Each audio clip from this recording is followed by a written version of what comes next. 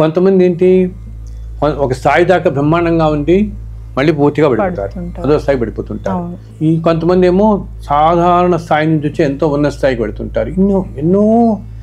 ఎంతో వైవిధ్యభరితమైన జీవితాలు చూస్తాం. ఇంత వైవిధ్యం ఎందుకు ఉంటుంది అనేది దానికి అన్నిటికీ మన సనాతన ధర్మంలో ప్రతి దానికి సమాధానం మనకి లభిస్తుంది అనమాట. ఈ కాలానికి బహుశా ఇది అవసరమై మన ద్వారా లోకానికి వచ్చిందనమాట. నేను ఒక 200 సంవత్సరాల క్రితం హిమాలయాల్లో ఒక ఆశ్రమంలో ఉన్నప్పుడు అక్కడికి నన్ను ఎక్కడెక్కడి నుంచో వచ్చి కలిసిన వాళ్ళు చాలామంది, వాళ్ళు చాలామంది కలిసారు. వాళ్ళల్లో ఒక 108 మంది ఎంతో అన్యాయాలు చేసిన వాళ్ళు. కొంతమంది ఏదో పెద్ద పెద్ద కాంప్లెక్సెస్ అన్నీ కట్టేస్తున్నారు అనుకో, తర్వాత జన్మల్లో ఆ పక్కనే దూరంగా ఉండే స్లమ్స్లో పుడతారు వీళ్ళు. భగవంతుడి సమీపంలోనే నువ్వు గడపడం చేత ఈ వేదాలు శాస్త్రాలు మనంతటా మనం అధ్యయనం చేయకుండా ఒక జీవిత కాలంలో అధ్యయనం చేయలేనివి కూడా పూర్తిగా మన మనసుకు వచ్చేస్తాయి. అసలు తినడానికి ఒక తిండి గింజ కూడా దొరకదు మనుషులకి. రోజులు తరబడి తిండి లేక చనిపోతారు రోడ్డు మీద ఎక్కడ పడితే అక్కడ. అటువంటి పరిస్థితులు ప్రతి 15-20 వేల సంవత్సరాలకు ఒకసారి వస్తుంది. మనం గనక ధర్మంగా ఉండి మంచి మార్గంలో ఇప్పుడు నడవటం మొదలు పెడుతూ పోతే అటువంటి సమయాలు వచ్చినప్పుడు మనం అసలు జన్మే తీసుకోకుండా ఉండగలుగుతాం. భగవంతుడు ఆయన దగ్గర పెట్టుకుంటాడు. ఆ మానవుడు నిన్ను ఎలా అనుగ్రహిస్తాడంటే నీకు తర్వాత ఒక 2000 సంవత్సరాల జన్మ కూడా లేకుండా నీకు చేయగలుగుతాను. అందరికీ నమస్కారం. మనందరికీ గురువు గారైన విశ్వపతి గారి గురించి మనం ఇంతవరకు చాలా తెలుగు ఇంటర్వ్యూస్లో విన్నాము. వారు వెంకటేశ్వర స్వామి మీద చాలా తెలుగు ఇంటర్వ్యూస్ చేశారు. వారు రాసిన బుక్స్ గురించి, అవి చదివిన వారి జీవితంలో జరిగిన అద్భుతాల గురించి కూడా మనము చాలా ఇంటర్వ్యూస్లో విన్నాము. అయితే గురువుగారు ఇప్పటివరకు 32 పుస్తకాలు రచించారు. దాంట్లో 18 వెంకటేశ్వర స్వామి వారి పైనే, ఇంకా 10 వ్రతకల్పాలు రాశారు. రీసెంట్గా కృష్ణ దర్శనం అని ఒక పుస్తకం కూడా రచించారు. అయితే ఈరోజు మనం మాట్లాడబోయే పుస్తకం పేరు అమృత దర్శనం. దీన్ని మెట్ అగైన్ అనే పేరుతో ఇంగ్లీష్లోకి ట్రాన్స్లేట్ కూడా చేశారు. ఇప్పటివరకు గురుగారు రాసిన బుక్స్ అన్నిటికీ ఒక కారణం ఉంది. అయితే దేవుడే విశ్వరూప దర్శనం చూపించి రాయించిన బుక్స్ కొన్ని, అయితే కళలో దేవుడు కనపడం, లేదంటే సప్తర్షులు కనిపించే రాయమన్న బుక్స్ కొన్ని. అలానే శ్రీకృష్ణ దర్శనంలో కృష్ణుడు చేపట్టుకొని గోలోకానికి తీసుకెళ్లి రాయించిన పుస్తకం అది. వారు రాసిన ప్రతి ఒక్క పుస్తకానికి ఒక కారణం ఉంది. కానీ వీటన్నిటికీ భిన్నంగా చాలా ప్రత్యేకంగా ఉంటుంది ఈ బుక్ అమృత దర్శనం. ఇది ఏ దేవుడికి సంబంధించిన బుక్ కాదు. ఇది గురువుగారు 400 సంవత్సరాల క్రితం హిమాలయాల్లో ఉన్నప్పుడు వారి దగ్గరకు వచ్చిన 108 మంది గురించి రాసిన పుస్తకం. వారు ఆ జన్మలో గురువుగారిని ఆ ఆశ్రమంకి వెళ్ళి ఎలా కలుసుకున్నారు, ఆ తర్వాత ఎన్నో జన్మలు ఎత్తి మళ్ళీ ఈ ప్రస్తుత జన్మల్లో ఎలా కలిశారు అన్న దాని గురించి ఈ బుక్ రాశారు.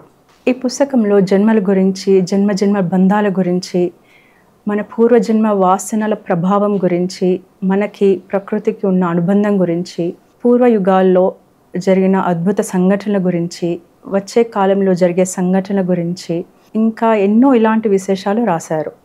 అయితే ఇప్పుడు మనము ఏ కారణం వల్ల ఈ గురుగారు ఈ బుక్ రాశారో కనుక్కుందాము. ఎందుకంటే ఇప్పటివరకు చాలా బుక్స్ దేవతలు దర్శించి రాయించిన బుక్సే, మళ్ళీ అవి కూడా దేవతలకు సంబంధించిన బుక్సే. ఈ బుక్ మాత్రము గురువుగారి ఒకగానొక జన్మ గురించి, అక్కడ కలిసిన మనుషుల గురించి రాశారు. సో ఈ బుక్ రాయడానికి గల కారణం ఏంటి, ఈ బుక్లో ఉన్న అంశాలు ఏంటి, ఎన్నో జన్మలు గురువుగారు ఎత్తారు ఇప్పటి వరకు, దాంట్లో ప్రధానంగా ఈ జన్మ గురించే రాయడంకి గల కారణం ఏంటి, ఈ 108 మంది గురువుగారి దగ్గరికి వచ్చిన వారి యొక్క ప్రాముఖ్యత ఏంటి, ఇవన్నీ మనం గురువుగారిని అడిగి తెలుసుకుందాం. నమస్కారం గురుగారు. గుడ్ మార్నింగ్ తల్లి, how are you? Good morning, fine, how are you? Fine fine fine. అయితే గురుగారు ఇప్పటివరకు మీరు చాలా పుస్తకాలు రాశారు కదా. అయితే ఈ మెట్ అగైన్, ఈ అమృత దర్శనం అన్నది చాలా యూనిక్గా ఉంటుంది. సో ఈ బుక్ రాయడానికి గల కారణం ఏంటి? ఇప్పుడు ఇందాక ఇంట్రడక్షన్లో చెప్పినట్టు 2001 నుంచి కూడా ఆల్మోస్ట్ ఇప్పటిదాకా నేను 32 బుక్స్ అట్లా రాశాను. దాంట్లో అదే నువ్వు చెప్పినట్టు ఒక 18 పుస్తకాలు తిరుమల వెంకటేశ్వర స్వామి గురించి, తిరుమల విశేషాలు, స్వామివారి గురించి, తిరుమల కొండ నడిచెక్కడం, ఇంకా రకరకాల అన్ని స్వామి విశేషాలు కానీ తిరుమల విశేషాలు ఎట్లుంటాయని రాసాం మనం. దాంతోపాటు అందరికీ తెలిసిందే మనకి వెంకటేశ్వర వ్రతకల్పం అవును. పుస్తకం 2005లో రాశాను. మొట్టమొదటి శ్రీ శ్రీనివాస మహాత్యం బుక్ 2001లో అనమాట. సో ఆ తర్వాత రాసింది వెంకటేశ్వర వతకల్పం. ఈ వెంకటేశ్వర వతకల్పం 2005లో రాశాను. సో ఈ వెంకటేశ్వర వతకల్పం ఏంటంటే అసలు ప్రపంచం అంతా ఎంతోమందికి వెళ్ళిపోయింది. వెంకటేశ్వర వతకల్పం పుస్తకం మనకి తెలుసు కదా, ఎన్నో భాషలో ట్రాన్స్లేట్ అయ్యి మొట్టమొదటేమో శ్రీనివాస మహాత్యం, తర్వాత ఈ వెంకటేశ్వర వతకల్పం పుస్తకం రాయటం జరిగింది. వెంకటేశ్వర వతకల్పం రాస్తున్నప్పుడే స్వామివారు నాకు అక్కడ విశ్వరూపంలో దర్శనమిచ్చి అని చెప్పి ఆ బుక్ రాశాను కదా. సో వెంకటేశ్వర వతకల్పం ఎన్నో భాషల్లోకి ట్రాన్స్లేట్ అయింది. ఆ తర్వాత కాలంలో అలాగే నేను అనేక దేవతల మీద కూడా పుస్తకాలు రాస్తూ వచ్చాను. సో అవన్నీ కూడా భగవంతుని అనుగ్రహంతో ఎంతోమందికి వెళ్ళటం, ఎంతోమంది జీవితాలు బాగుపడటం నిత్యం మనకి అందరు చెప్తుంటారు. సో అంతకుమించిన సంతోషం ఏముంటుంది. ఇవి ఏంటంటే ఇవి సాధారణంగా ప్రజలందరికీ రకరకాల కష్టాలు పడుతున్నప్పుడు ఒక ఉపశమనం కోసం మనం అందరూ ఏం చేస్తాం, ఏదో ఒకటి ఎవరైనా ఏదో సలహా పెద్దవాళ్ళు అడిగినప్పుడు మీరు ఈ వ్రతం చదువుకోండి, ఈ వ్రతం చేసుకోండి, లేకపోతే ఈ స్తోత్రాలు చదవండి, ఈ పూజలు చేయండి, ఈ గుళ్ళకి వెళ్ళండి ఇలా చెప్తుంటారు కదా. అవన్నీ ఫాలో అవుతుంటాం. ఇవన్నీ ఒక తేలిక సాధనాలాగా ఈ కాలానికి వచ్చాయన్నమాట, వచ్చి ఉపయోగపడ్డాయి వచ్చినవి. ఆ విధంగా రాస్తాను. అయితే ఈ అమృత దర్శనం ఏంటంటే ప్రతి మనిషి జీవితం ఇలా గడుస్తున్నప్పుడు మనం చూస్తూ ఉంటాం, మన చుట్టుపక్కల ఉండే వాళ్ళందరి జీవితాలు కూడా ఎంతో డైవర్జెంట్గా వెళ్తుంది. అంటే ఏంటి, అసలు మనం ఎక్కడో పుడతాము, ఏదో చదువుకుందాం అనుకుంటాం, ఇంకేదో చదువుతాము, ఒక చోట ఎక్కడో ఉద్యోగం చేసుకుందాం అనుకుంటే ఇంకో చోటకి ఉద్యోగం పెడతాము. అండ్ ఏ ప్రాంతాల్లో ఎన్నాళ్ళు ఉంటాము, కొన్ని ప్రాంతాల్లో కొన్ని సంవత్సరాలు ఉంటాం. ఒక్కోసారి ఏమనుకుంటాం, మనం ఆ ప్రాంతంకి వెళ్ళి చాలా రోజులు అక్కడే ఉండిపోదాం, కొన్ని సంవత్సరాలు చాలా బాగుంది అనుకుంటాం. అటువంటిది అక్కడి నుంచి జస్ట్ ఒక 5 ఏళ్ళు కూడా అవ్వకుండానే మళ్ళీ మూవ్ అయిపోతాం. ఇంకో ప్లేస్లోకి వెళ్ళిపోయి అసలు పెద్ద లైకింగే కాదనుకున్నది 20 years అసలు మొత్తం అక్కడ గడిపేస్తాం మనం, అంత ఎక్కువ కాలం. అలాగే చాలామంది మన వాళ్ళు చూస్తూ కూడా ఉంటారు. మనం అందరం కూడా ఏంటి ఎంతో ధర్మంగా ఉండేవాళ్ళు కూడా కష్టపడుతూ ఉండటం కానీ ఇవి న్యాచురల్గా మనం అంతా చూసేవి. అండ్ సామాన్యం అంటే ఇప్పుడు మనుషులందరూ కూడా ఏంటి జన్మజన్మల సంస్కారాలతో వాళ్ళు ఏదన్నా ఒక్కొక్క సంఘటనలు చూసినప్పుడు ఒక్కొక్కళ్ళు ఒక్కొక్క విధంగా దానికి రెస్పాండ్ అవుతుంటారు. వాళ్ళు అలా ప్రేరేపించబడతారు, స్పందన కూడా వాళ్ళది అలా ఉంటుంది, ఆ విధంగా రెస్పాండ్ అవుతుంటారు. ఒక్కో రెస్పాన్స్ ఒక్కోలా ఉంటుంది. అదేంటి వాళ్ళకున్న స్థాయికి వాళ్ళకున్న జ్ఞానానికి, ఆ జ్ఞానం అనేది ఎలా వస్తుంది, ఏదైనా ఒక సంఘటనని ఒక ప్రాపర్ వ్యూలో చూడగలటం, ఏ వ్యూలో మనం చూస్తాము దాన్ని, ఏ ఫ్రేమ్లో అన్నది మన పూర్వజన్మ సంస్కారాలు బట్టే వస్తుంది. అందుకని ఇప్పుడు ఏంటి ఒకే కడుపున పుట్టిన పిల్లలు చూడు, మనం అంటుంటాం కదా, నలుగురు పుడితే నలుగురు 4 రకాలుగా ఉంటాయి ఆలోచనలు అందరివి కూడా. ఏంటి వాళ్ళ థాట్ ప్రాసెస్ కానీ, వాళ్ళ ఆలోచన కానీ, వాళ్ళ జీవన విధానం కానీ ఒకే. ఇప్పుడు ఆ ఇంట్లో జరిగే ఒకే సంఘటనకి ఈ నలుగురు 4 రకాలుగా స్పందిస్తారు కదా. ఏదైనా ఒక ఇన్సిడెంట్ ఏదైనా జరిగితే ఆ ఫ్యామిలీలో ఈ నలుగురు రెస్పాండ్ అవ్వటం అనేది ఒక్కొక్కళ్ళు ఒక్కో రకంగా స్పందించడం చూస్తుంటాం. ఒకళ్ళేంటి నెమ్మదిగా తీసుకుంటారు, ఒకళ్ళు అగ్రెసివ్గా తీసుకుంటారు, ఇలాగ. ఒకళ్ళు ఏంటంటే విత్డ్రా అయిపోతారు, ఒకళ్ళేమో టూ మచ్ ఇన్వాల్వ్ అయిపోతుంటారు. ఇవన్నీ రకరకాలుగా చూస్తుంటాం కదా. సో ప్రతి మనిషికి అనిపిస్తూ ఉంటుంది చిన్నప్పటి నుంచి. ఇప్పుడు అందుట్లో ఏంటి వైవిధ్యం కూడా చుట్టూత అందరూ మానవులు అయినప్పటికీ కూడా ఏంటి డబ్బు విషయంలో ఏంటి అతి సామాన్య కుటుంబాల్లో జన్మించి ఆర్థికంగా కష్టాలు పడుతూ కొంతమంది కొంతమంది ఏమో అసలు చదువు అనేది లేకుండా, కొంతమంది తినడానికి తిండి లేకుండా, కొంతమంది అండ్ కట్టుకోవడానికి బట్టలు లేకుండా, కొంతమంది ఉండడానికి ఇల్లు అనేది లేకుండా జీవితకాలం మొత్తం చెట్ల కింద బతికేసే వాళ్ళు ఉన్నారు, ఓపెన్ ఎయిర్లో బతికేసే వాళ్ళు ఉంటారు కదా. కానీ వీళ్ళందరికీ కామన్ ఫ్యాక్టర్ ఏంటి, అందరూ మనుషులే, మళ్ళీ అందరూ మానవులే, అంతే కదా. ఇప్పుడు డబ్బు ఉంది కదా అని చెప్పి వాళ్ళకేమి 4 చేతులు 4 కాళ్ళు ఉండవు కదా, 4 తలలు. అందరూ కూడా మానవులు, అందరికీ కూడా ఒకటే ఇదిలోనే ఉంటాం మనం అందరం. కానీ అందరూ మానవులే అయినప్పటికీ కూడా ఎందుకు కొందరు అలా ఉంటారు, కొందరు ఇలా ఉంటారు. అండ్ కొంతమంది ఏంటి ఒక స్థాయి దాకా బ్రహ్మాండంగా ఉండి మళ్ళీ పూర్తిగా పడిపోతారు, అదో స్థాయి పడిపోతుంటారు. ఈ కొంతమంది ఏమో సాధారణ స్థాయి నుంచి వచ్చి ఎంతో ఉన్న స్థాయికి పెడుతుంటారు. ఎన్నో ఎంతో వైవిధ్యభరితమైన జీవితాలు చూస్తాం. అసలు ఈ మనుషుల్లోనే ఇంత వైవిధ్యం కనిపిస్తూ ఉంటుంది మనకి. ఇంత వైవిధ్యం ఎందుకు ఉంటుంది అనేది దానికి అన్నిటికీ మన సనాతన ధర్మంలో ఈ పూర్వజన్మల సిద్ధాంతం అనేది ఉండే జన్మజన్మల కర్మలు బట్టి ఇవన్నీ జరుగుతాయి అన్నది దాంట్లో ప్రతి దానికి సమాధానం మనకి లభిస్తుంది అనమాట. అయితే అది కనుక ఎందుకు నేను రాశాను అన్నది ఏ గ్రంథం అయినా కూడా మనం రామాయణ భారతాల దగ్గర నుంచి తీసుకున్నా ఏ గ్రంథాలు ఎప్పుడు తీసుకున్నా ఒక్కొక్క కాలంలో ఈ ప్రపంచానికి అవసరమై వస్తాయి. అవన్నీ నీకు మామూలు కథలు నవలలు ఇవన్నీ ఒక ఎత్తు, ఇటువంటివి ఏమిటంటాం ఒక ధార్మిక సంబంధించినవి ప్రపంచం ఒక భాషతో సంబంధం లేకుండా అసలు భాష మతం అన్నిటికీ అతీతంగా సృష్టి మొత్తానికి ఉపయోగపడే విద్యలు కొన్ని ఉంటాయి చూసావా. అటువంటి విద్యలకు సంబంధించినవి ఏదన్నా పుస్తకాలు కానీ గ్రంథాలు కానీ వర్క్స్ కానీ ఏమంటాం పోనీ ఏదో ఇట్లాగే దానికి సంబంధించిన ఇన్ఫర్మేషన్ కానీ అవన్నీ ఒక పెద్ద గ్రంథం నచ్చిపోవటం కానీ వచ్చింది కాలానికంటే ఆ కాలానికి ఆ గ్రంథం అవసరం ఏదో ఉంటుందన్నమాట. అందుకని ఆ కాలంలో అవన్నీ వస్తాయి ఇప్పుడు. అండ్ తర్వాత తరాల వాళ్ళకి ఏంటి దాంట్లో కూడా ఆ గ్రంథాల్లో కూడా ఏ గ్రంథం అయినా దాని యొక్క పర్పస్ ఏంటి, ప్రాయోజికత అంటాం మనం.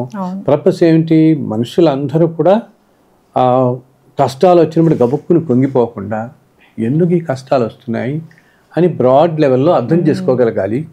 అండ్ ఈ వైవిధ్యాలకి మనుషులు ఏమవుతారు, దీనివల్ల ఈ వైవిధ్యాలన్నీ చూసి చుట్టూతా అందరిలో ఇంత వైవిధ్యం కనపడేటప్పటికి అంటే జీవితాల్లో ఇంత వైవిధ్యం చూసేటప్పటికి మనుషుల్లో జలసీలు ఎమోషన్స్ ఇవన్నీ వచ్చేస్తాయి.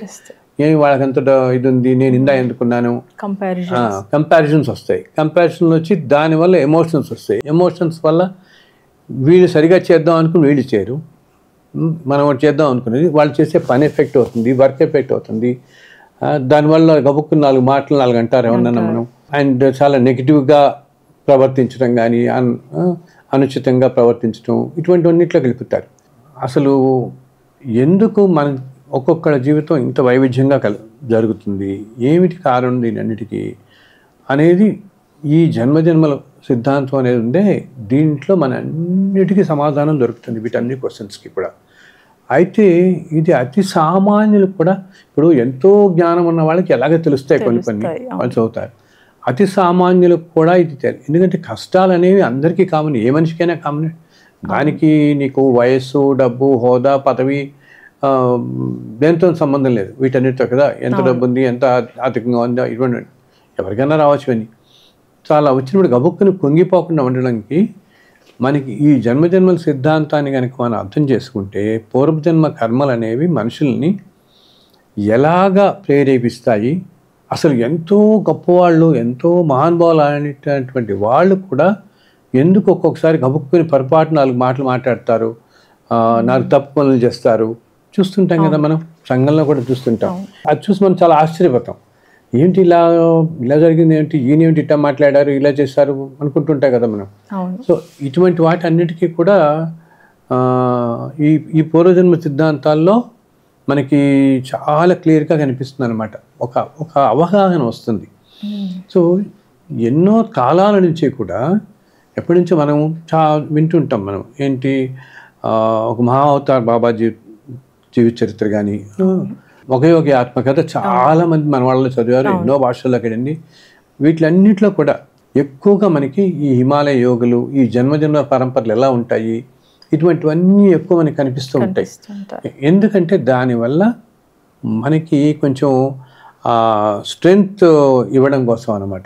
ఏంటి ఇటువంటివన్నీ తట్టుకునే స్ట్రెంగ్త్ కానీ రావడం కోసం ఇవి. సో నేను ఈ పుస్తకాలన్నీ రాస్తూ వచ్చినప్పుడు కూడా బహుశా ఇది కూడా ఏంటంటే భగవంతు అనుగ్రహం అయ్యి, భగవంతుడి సంకల్పం అయ్యి ఈ కాలంలో ప్రజలందరికీ ఇది తెలవాలి అని చెప్పి నా ద్వారా లోకానికి వచ్చింది అనుకుంటాను. సో దాంట్లో ఏంటంటే ఇది ఏం రాశాను, మనందరికీ ఇప్పుడు సామాన్యంగా మనం అందరికీ కూడా ఏదో రుణానుబంధాలతోనే మన అన్నదమ్ములు అక్కచెల్లెళ్ళు ఇవన్నీ అవుతుంటాయి. అన్నిట్లో నేను చెప్తూనే ఉంటాను కదా. సో ఇది నేను గబుక్కుని ఇలా మామూలుగా అంటే ఎవరికి ఏదైనా మనం ఎగ్జాంపుల్స్తో చెప్తే ఇంకా బాగా హత్తుకుంటుంది ఎవరికైనా.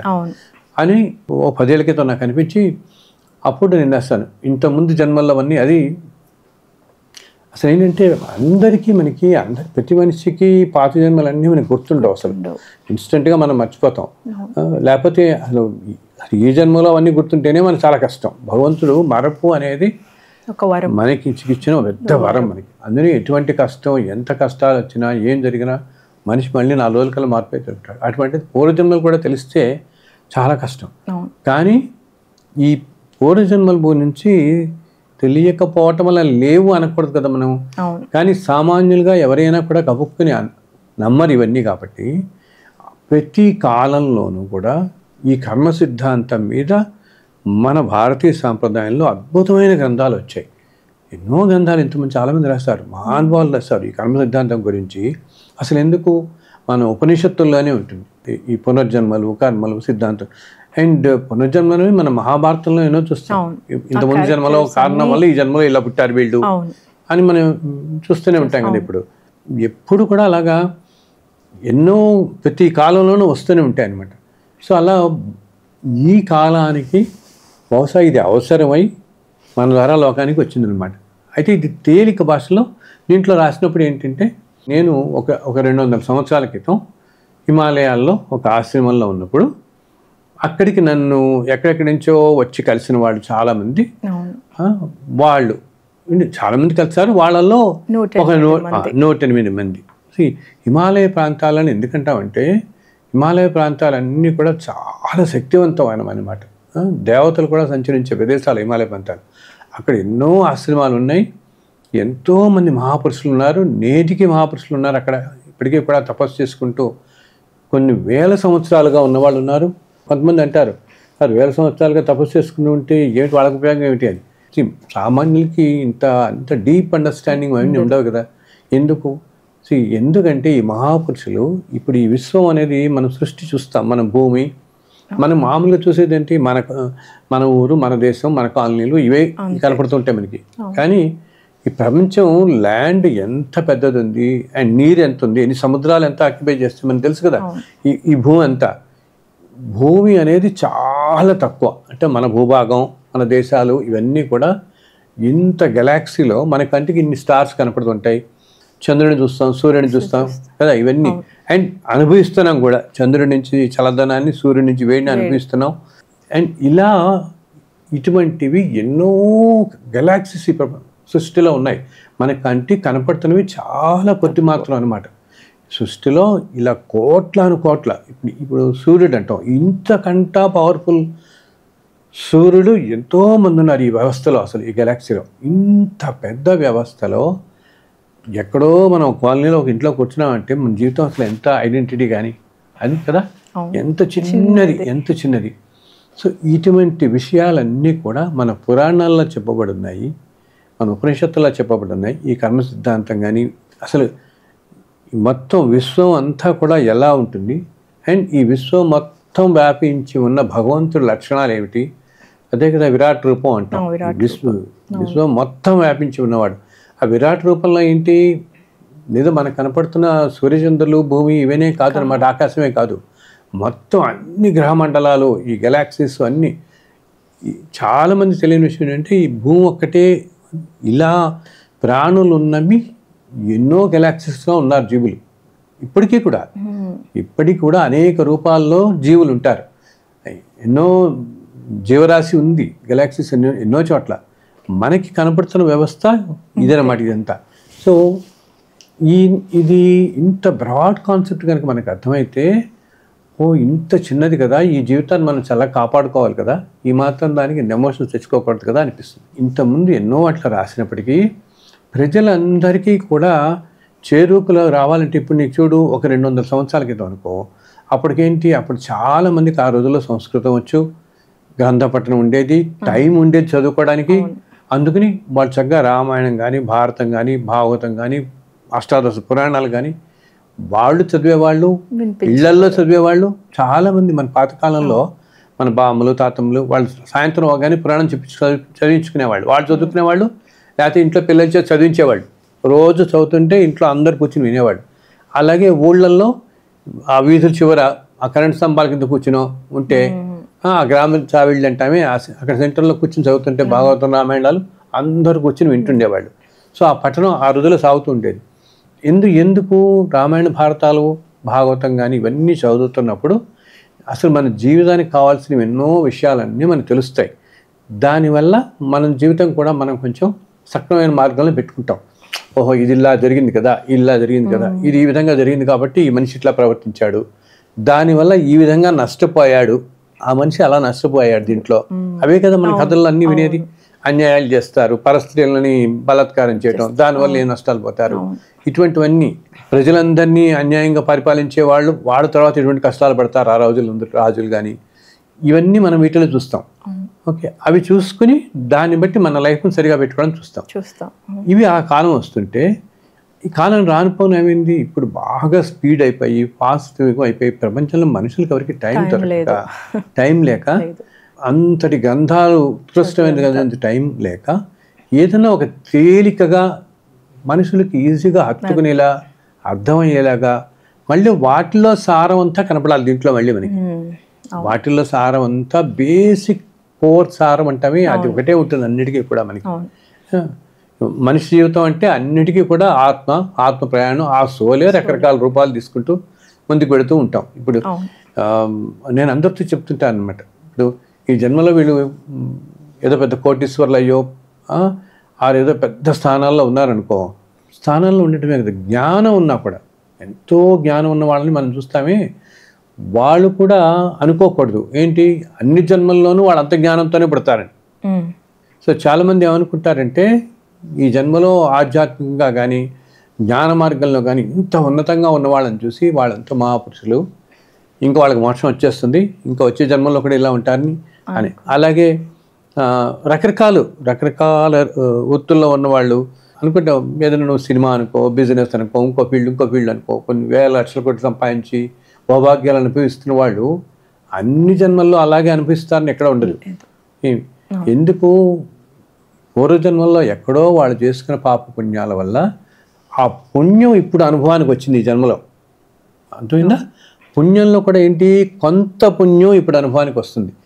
అది కూడా ఏంటి, ఇన్ని కోట్ల జన్మలు కదా, నేను కలియుగని ఇన్ని యుగాల నుంచి మనం వస్తున్నప్పుడు ప్రతి జన్మలో కూడా ఏదో చేసుకుంటూ వెళుతుంటాం కదా, మంచి చెడు పనులన్నీ చేస్తుంటాం.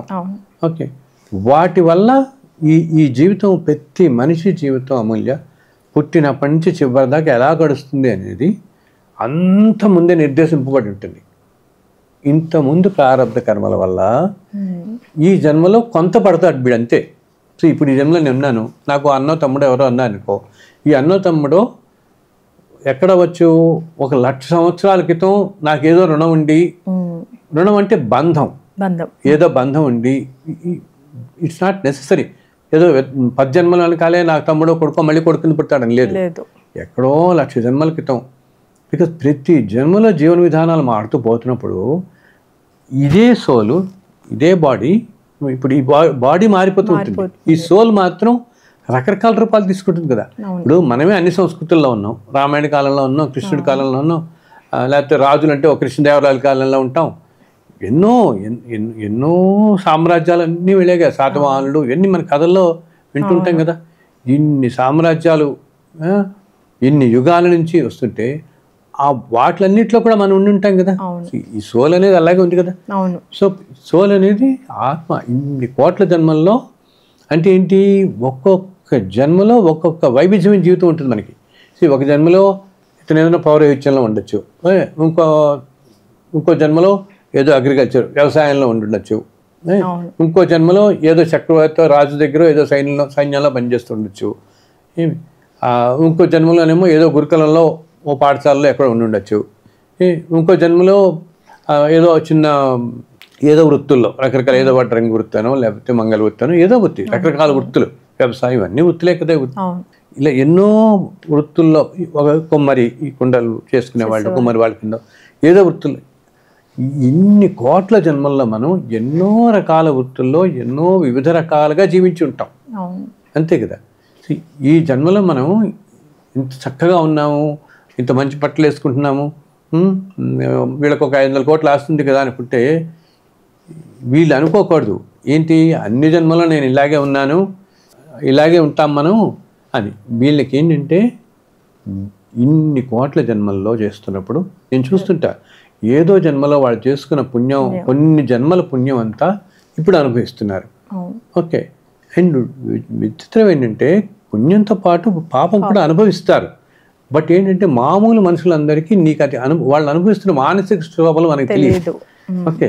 వాళ్ళకి మనము ఈ పెద్ద పెద్ద ఆస్తులు, అంతస్తులు, బిల్డింగ్లు, ప్రాపర్టీలు ఇవన్నీ చూస్తున్నాం, కానీ అది భోగం అనేది పుణ్యం వల్ల వాళ్ళకి వచ్చింది కరెక్టే. కానీ మానసికంగా వాళ్ళు ఒక్కోసారి వాళ్ళలో కొంతమంది పిల్లలు ఏదో అనారోగ్యాలు కోల్పోవటం కానీ సడన్గా చిన్న ఏజ్లో వయసులో జరుగుతుంటాయి కదా. అది ఎందుకు జరుగుతుంది మరి? నిజంగా వాళ్ళు ఎంతో గొప్ప పుణ్యం చేసుకున్న వాళ్ళతో జీవితం అంతా పుణ్యంగానే గడవాలి కదా మరి వాళ్ళకి. సో అది ఏదో చేసుకున్న పుణ్యంలో కూడా ఏంటి కొంత భాగం ఇప్పుడు అనుభవానికి వస్తుంది. ఇన్ని కోట్ల జన్మల్లో నీకు ఇప్పుడు అనుభవానికి వచ్చేది ఎంత ఉంటుంది? ఇంత కూడా ఉండదు. ఒక ఇసుక రాయడం అంత ఉంటుంది.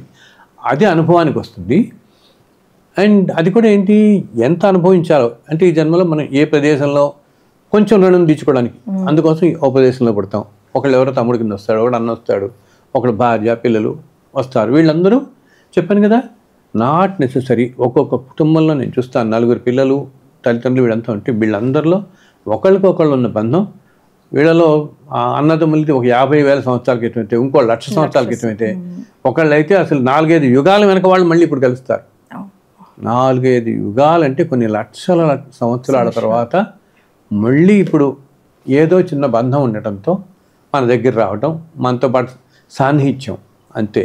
అంతేగాని వాడి జీవితం ఎలా గడవాలో వాడి జీవితం అలా గడుస్తుంది. అందులో ఇప్పుడు ఎవరైనా చీఫ్ మినిస్టర్ ఏదో అవుతున్నారంటే 4 బ్రదర్స్ 4 చీఫ్ మినిస్టర్లు ఎవరు కదా, 4 కూడా ఎవరో ఒకళ్ళే అవుతారు. ఒక సెలబ్రిటీ అయ్యారంటే ఒకళ్ళే అవుతారు. మిగతా వాళ్ళు ఎందుకంత ఎవరు? ఎవరి జీవన విధానం వాళ్ళదే. వాళ్ళు పూర్వజన్మలో ఏం చేసుకున్నారు సంస్కారం రుణానుబంధంతో అవుతారు. ఇప్పుడు ఇలా ఎవరో ఆ మధ్య దగ్గరకు వచ్చిన ఆయన ఎవరో ఇట్లాగే చాలా పెద్ద ఇండస్ట్రియలిస్ట్ అనమాట. సో ఆయనతో పాటు వాళ్ళ డ్రైవర్ కింద ఒక 20 సంవత్సరాల నుంచి పనిచేస్తున్నాడు ఇండస్ట్రియలిస్ట్ దగ్గర.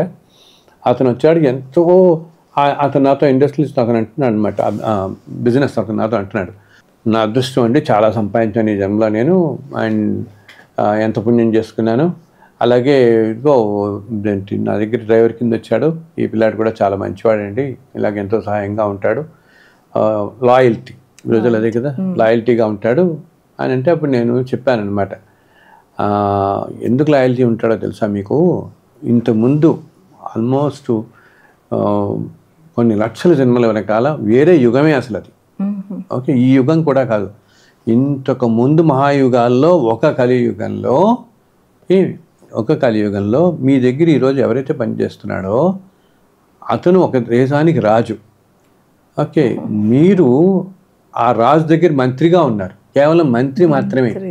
అతను ఎన్నో భోగభాగ్యాలు అనిపించారు, మీరు అతనికి మంత్రి మాత్రంగానే ఉన్నారు. ఇది ఎప్పుడు? ఇంతకు ముందు మహాయుగాల్లో ఒక కలియుగంలో, అంటే కోట్ల సంవత్సరాల వెనకాల జరిగింది కదా ఇది సంఘటన. అయితే ఆ రాజుగా ఉన్న అతను ఎన్నెన్నో అన్యాయాలు చేసి దేశ ప్రజలందరినీ రకరకాలుగా పీడించి ఎంతో పాపం మూట కట్టుకుని, ఇప్పుడు నువ్వు ఒకళ్ళని కష్టపెడితే ఒకటి, ఉన్నత స్థానంలో ఉన్నప్పుడు నువ్వు చేసే డెసిషన్స్ వల్ల కొన్ని వేల మంది కష్టపడతారు. అలా ఆ రాజుగా ఉన్న అతను కొన్ని లక్షల మందిని కష్టపెట్టాడు. ఎంత దేశం అంతా కూడా ఎప్పుడు శాపనార్థాలు పెట్టేది అతనికి, ఈ రాజుకి. మీరు మంత్రిగా ఉండి ఎంతో ధర్మంగా ఉండి ఎన్నో విధాలు అతన్ని మారుద్దామని చూశారు. ప్రతిరోజు మీరు అన్నీ చెప్తే దానివల్ల మిమ్మల్ని ఎప్పుడు తిడుతుండేవాడు. ఇలా మంచి మాటలు కూడా హితం ఎక్కదు మనుషులకి, ఎప్పుడు చెడు ఎక్కినంతగా మంచి మాటలు మనుషులకి ఎక్కువ కదా. అలా మీరు ఎన్ని మాటలో ఆయన చేత పడి అయినా కూడా నేను ఈ రాజు ఆయన ఉప్పు తిని బతుకుతారు అని వింటుంటాము మనం. ఆయన పుణ్యం దగ్గర నేను మంత్రిగా పనిచేస్తున్నాను, ఎలాగైనా ఈ రాజును మార్చాలి అని మీరు ఒక 40 సంవత్సరాల పాటు మొత్తం ఇదే చెప్తూ వచ్చారు. ఇది ఏమిటి, ఇంతకుముందు జరిగిన సంఘటనలు, ఇంతకుముందు రాజు ఇట్లా నష్టపోయాడు, ఇలా ఏమిటి ఇటువంటి తప్పు పనులు చెప్పి ఇలా నష్టపోయాడు, ఇలా చెప్పుకుంటూ వెళ్ళినా మిమ్మల్ని ఆయన పెట్టని హింస లేదు. కానీ మీరు అలా మంచి చెప్తూనే ఉన్నారు. సో అంత చెప్పి ఆ మనిషిని మారుద్దామని చివరికి ఏమిటనమాట లాస్ట్ రోజుల్లో అప్పుడు మారతాడు. మారుతి ఏవో 4 మంచి పనులు చేస్తాడు దేశానికి ఆ రాజు.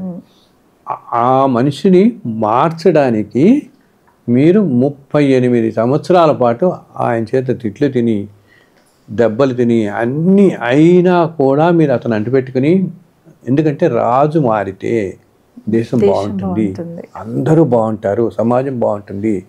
సమాజం దృష్ట్యా దేశం దృష్ట్యా మీరు ఒక్కళ్ళు ఎంత కష్టపడినా సలహాలు ఇచ్చారు ఆ మనిషికి, చేశారు. అందుకని ఆ చివరిలో 2 సంవత్సరాలు మారి 4 మంచి పనులు చేశాడు. అప్పుడు మీరు చేసుకున్న పుణ్యఫలం వలన ఆ తర్వాత జన్మల్లో చాలా అనుభవించారు, మంచి చెడు అనుభవిస్తూ వచ్చారు. ఈ జన్మలో ఇంత పుణ్యం మీరు అనుభవిస్తున్నారు. ఆ పుణ్యఫలం వల్ల ఈ భోగాలు ఇదంతా అనుభవిస్తున్నారు. కానీ ఆయనతో మీకున్న సాంగత్యం ఉందిగా 30-40 సంవత్సరాలు రోజు చెప్తున్న వల్ల అతను చేసిన అన్యాయాలకి ఆ తర్వాత జన్మల్లో అసలేమిటి అన్ని దుర్మార్గాలు అన్నీ చేశాడు. కాబట్టి మనిషి జన్మే కాదు, జంతువుల జన్మలో కూడా వెళ్ళిపోయాడు అతను. కొన్ని యుగాల కింద జరిగింది కదా ఇది. ఈ మధ్య యుగాల్లో ఏంటి, ఎక్కడెక్కడో ఆఫ్రికాలో అడవుల్లో ఎడార్లలో ఒకసారి ఏనుగు కింద, ఒకసారి జింక కింద, ఒకసారి జిరాఫీ కింద, ఒకసారి సింహం కింద, ఒకసారి జింక కింద ఇలా పుట్టిన తక్షణం ఓ సింహం వచ్చి తినేస్తుంది. ఇటువంటి దుర్భరమైన జన్మలన్నీ ఈ జీవి అనుభవించాడు. అనుభవించి తిరిగి ఇప్పుడు మళ్ళీ మనిషి జీవితంలోకి వస్తున్నాడు. సో మనిషి జీవితంలోకి వచ్చేటప్పుడు కూడా మొట్టమొదట్లోనే నీకు మంచి జన్మలు వచ్చేవి. అన్ని పాపాలు చేసుకుంటూ ఎన్నో జన్మల్లో పాపాలు చేసుకున్న వాళ్ళవు ఇంతకాలం ఉండి, సో మొట్టమొదటి ఒక 4-5 జన్మల క్రితం అతను మనిషి జీవితంలోకి మళ్ళీ మానవ జన్మ లభించడం మొదలుపెట్టి అతి సామాన్య జీవితాలు గడుపుతారు కొన్నాళ్ళు. కానీ మీకు ఆ రుణం ఉండటం వల్ల వచ్చి మీ దగ్గర దేవుడిగా చేరాడు ఇప్పుడు. అంతేనా? ఆ రుణం కాబట్టి మీతో పాటు ఎప్పుడు ఉండాలని సోల్ గ్రహిస్తుంది కదా. సోల్ ఎప్పుడు గ్రహిస్తూ ఉంటుంది. ఆ రుణమే ఇప్పుడు తీర్చుకుంటున్నాడు. మీరు ఆ రోజుల్లో అతనికి ఇచ్చిన మంచి మాటలు చివరిలో చెప్పిన 4 మంచి మాటలు 4 మంచి పనులు చేశాడు. కాబట్టి కనీసం ఇప్పుడు మళ్ళీ మానవ జన్మలోకి వచ్చాడు. లేకపోతే ఇంకా కొన్ని వేల జన్మలు ఇలాగ ఆ జంతు ప్రపంచంలో నిండిపోయేవాడు. ఇట్లా జరుగుతుంటాయి. ఇటువంటి విషయాలన్నీ సామాన్యులు మామూలు వాళ్ళకు కూడా అర్థం కావడం కోసం రాసిన పుస్తకం ఈ అమ్మ దర్శనం. సో దీంట్లో ఏమిటి, ఇంతకుముందు ఆ హిమాలయాల్లో ఉన్నప్పుడు నేను ఒక ఆశ్రమంలో ఉన్నప్పుడు నన్ను కలిసిన వాళ్ళల్లో కొంతమంది మళ్ళీ ఎలా కలుస్తున్నారు, ఈ జన్మలో మళ్ళీ ఎలా కలుస్తున్నారు. అది కూడా ఏంటి, ఇప్పుడంటే మనకి వాట్సాప్లు ఇవన్నీ బాగా వచ్చేసాయి. ఇంటర్నెట్ కూడా లేని రోజుల్లో ఎంత విచిత్రమైన పరిస్థితుల్లో వీళ్ళు నన్ను వచ్చి కలుసుకున్నారు, ఎలా కలిశారని అది చాలా ఆశ్చర్యంగా ఉంటుంది కదా. ఇప్పుడు ఎక్కడో అమెరికాలో ఉంటున్న వాళ్ళు ఒకళ్ళు, ఏదో దేశంలో ఉన్నవాళ్ళు, ఏదో ఎలా కలుస్తారు వాళ్ళు మనకి, ఏదో విచిత్రంగా. అటువంటి వాళ్ళ గురించి ఒక 30-40 మంది గురించి దీంట్లో రాస్తాను. సో మన అన్నదమ్ములు అక్క చెల్లెళ్ళు వీళ్ళు రుణంతోనే కలుస్తారు తప్పకుండా. రుణం కాబట్టి ఇంత సాంగత్యం ఉంటుంది. అంటే మనతో పాటు 30 ఏళ్ళు 40 ఏళ్ళు బతకడం, కలిసి ఉండటం, ఇదంతా కూడా నేను అందరితో చెప్తాను. ప్రతి మనిషి జీవితంలో నిత్యం మనకి కలిసే వాళ్ళందరితో మనకి ఏదో బంధం ఉంటుంది. ఇప్పుడు బికాజ్ ఇన్ని కోట్ల జీవుల్లో ఎంతమందిని కలుస్తాం. అండ్ వీళ్ళలో సాన్నిహిత్యంగా ఉండేవాళ్ళు అంటే ఒక ఆఫీస్లో కొలీగ్స్గా ఉండేవాళ్ళు, ఒక స్కూల్లో నీకు ఫ్రెండ్స్గా ఉండేవాళ్ళు, కాలేజీలో ఫ్రెండ్స్ ఉండేవాళ్ళు. ఎంతమంది ఉంటారు, మా అయితే 10 మంది 20 మంది ఉంటారు ఫ్రెండ్స్ కదా. ఇలా నీకు ఒక జీవితం అంతా నువ్వు తీసుకుంటే నీకు అతి దగ్గరగా ఉన్నవాళ్ళు ఒక 500 మంది ఉన్నారు అనుకుందాం. అంటే మనం ఉండే కాలనీస్లో కొంతమంది ఫ్రెండ్స్, మన చుట్టాల్లో కొంతమంది బంధువుల్లో, మన అన్నదమ్ములు, మనకు తెలియదు సరే, ఇలాగ ఉద్యోగుల స్నేహితులు, కాలేజీల స్నేహితులు, చిన్నప్పుడు స్నేహితులు, అంతకుముందు ఒక 500 ఉంటారు. సో ఈ 500 మంది ఏంటనమాట, ఏదో జన్మలో ఎక్కడో మన కలిసిన వాళ్ళు. అది ఐదర్ బయలాజికల్గా బంధం ఉండొచ్చు, అన్నదమ్ములో ఏదో ఒకటి ఉండొచ్చు, లేదా మన పక్కింట్లో ఉన్నవాళ్ళు, మనతో పాటు కలిసి పనిచేసిన వాళ్ళు, ఆ బంధం ఉన్నట్టు వాళ్ళు మళ్ళీ మన దగ్గర చేరుతారు, మళ్ళీ వెళ్ళిపోతారు. సో అదే ఆ విషయాలన్నీ దీంట్లో రాస్తానమాట. ఒక 30 మంది గురించి రాసి మిగతాది ఏంటంటే ఎందుకు ఇంత జరుగుతుంది. ఇప్పుడు ఇదే చెప్పాను కదా, ప్రతి వాళ్ళకి బాధ ఎక్కడొస్తుంది, ఏంటి మన జీవితం అంతా సక్రమంగా వెళ్ళిపోతుంటే సడన్గా ఒక జోట్లా తగిలిందంటామే, అవును. ఒక్కసారిగా ఏదో పడిపోతుంది వచ్చి. ఎందుకు ఇలా పడిపోతుందని మనకి అందరికీ ఇది బాధ వస్తుంది. ఇట్లా వచ్చి ఏంటి ఇలా జరిగిందని. సో దానికి మనకి ఒక కారణం తెలుస్తుంది ఈ పుస్తకం చదివితే. దీంట్లో అలా ఒక్కొక్క జీవితంలో మనకి ఎందుకు ఇలా కలుస్తారు, ఎలా దూరం అయిపోతారు. ఇది ఈ ఒక్క జన్మ అనేది చాలా చిన్నది. ఇంత మహావిశ్వంతో కంపేర్ చేసి, ఇంత మహా స్పెక్ట్రమ్ లాగా అంటే వైడ్గా ఇంత కంపేర్ చేస్తే ఈ ఒక్క మానవ జన్మ ఒక 70-80 ఏళ్ళు ఉండేది ఎంత చిన్నది. దీనికోసం ఎందుకు తాపత్రయపడతారు బాబు మీరందరూ అని తాపత్రయపడి పిచ్చి పనులు చేసి అనవసరమైన వాటికి వెళ్ళి అన్యాయం పనులు చేస్తే దీనివల్ల ఏమవుతాం? మళ్ళీ మన కంటి ఎదురకుండా ఈరోజు మనం ఎవరైతే చాలా దురదృష్టంగా బతుకుతున్నారు అనుకుంటున్నామో రేపొద్దున వాళ్ళని మనం కూడా బతుకుతాం. అంతే కదా. ఈ రోజున ఇంత ఇమేజ్ చేసిన ఈ వెల్త్ అంతా ఉంటుందే, చివరికి నేను చూస్తాను ఎంతో అన్యాయాలు చేసిన వాళ్ళు కొంతమంది ఏదో పెద్ద పెద్ద కాంప్లెక్సెస్ అన్నీ కట్టేస్తున్నాను అనుకో, తర్వాత జన్మల్లో ఆ పక్కనే దూరంగా ఉండే స్లమ్స్లో పుడతారు వీళ్ళు. ఏంటి? బికాజ్ ఆ సోల్ కొట్టుకుంటూ ఉంటుంది. ఒక్కోసారి ఏమవుతుందంటే సోల్ బాగా కొట్టుకుంటూ ఉండి ఎక్కడో వాటితో అటాచ్మెంట్ పోక మనుషులకి మనకి మొదటి నుంచి పురాణాలు చెప్పేది ఏంటి? నాయన అటాచ్మెంట్ పెట్టుకోవద్దు, దేంతో అటాచ్మెంట్ పెట్టుకోకండి, మీ ధర్మం మీరు చేయండి, బాధ్యతగా చేయండి, మీ బాధ్యతలు మీరు నిర్వర్తించండి, ధర్మంగా నిర్వర్తించండి, ఏది శాశ్వతం అనుకోవద్దు, ఇదే అని చెప్పాను. సో వీళ్ళు ఏం చేస్తారు? ఒక 500 కోట్లు సంపాదించి బ్రహ్మాండంగా అన్యాయాలు చేసి అన్ని సంపాదించి ఆ తర్వాత జన్మలో ఇన్ని అన్యాయాలు చేసిన వల్ల నువ్వు మంచిగానే పుట్టచ్చు, లేదా అతి సామాన్య జీవించి రోజు ఆ సోల్ కొట్టుకుంటూ ఉంటుంది కదా, నువ్వు దాని పక్కనే ఆ దగ్గరలోనే ఏదో పాపం అతి సాధారణమైన కుటుంబంలో అసలు ఒక పూట కూడా అక్కడ కుటుంబంలో మళ్ళీ పుట్టి రోజు ఇక్కడ చుట్టూ తిరుగుతూ ఉంటారు, ఇది చూసుకుంటూ ఉంటారు. వాళ్ళకేం తెలియదు. మనిషికి అన్నీ మార్పు వచ్చేస్తుంది కదా, తెలియదు. కానీ ఎటువంటి జీవితం ఇంతకుముందు గడిపాడు, ఎటువంటి జీవితం ఇప్పుడు గడుపుతున్నాడు, ఇది ఎందుకు మనం చేతులారా తెచ్చుకోవటం, ఇది గ్రహించాలి. మనుషులు అందరూ కూడా గ్రహిస్తే అందరూ కూడా మంచి దృక్పథంతో ఉంటారు.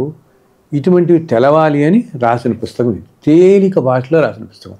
ఇది కూడా ఏంటి? దైవ సంకల్పం అంటామే, దైవ సంకల్పంతోనే జరుగుతాయి ఇవన్నీ. లేకపోతే ఇన్ని జన్మలు ఇన్ని జీవితాలు మన కంటికి కనపడటం రాయటం అంటే భగవంతుని అనుగ్రహం. అనుగ్రహంతో రాసి మన ఎమోషన్స్ కూడా అర్థం ఏంటి.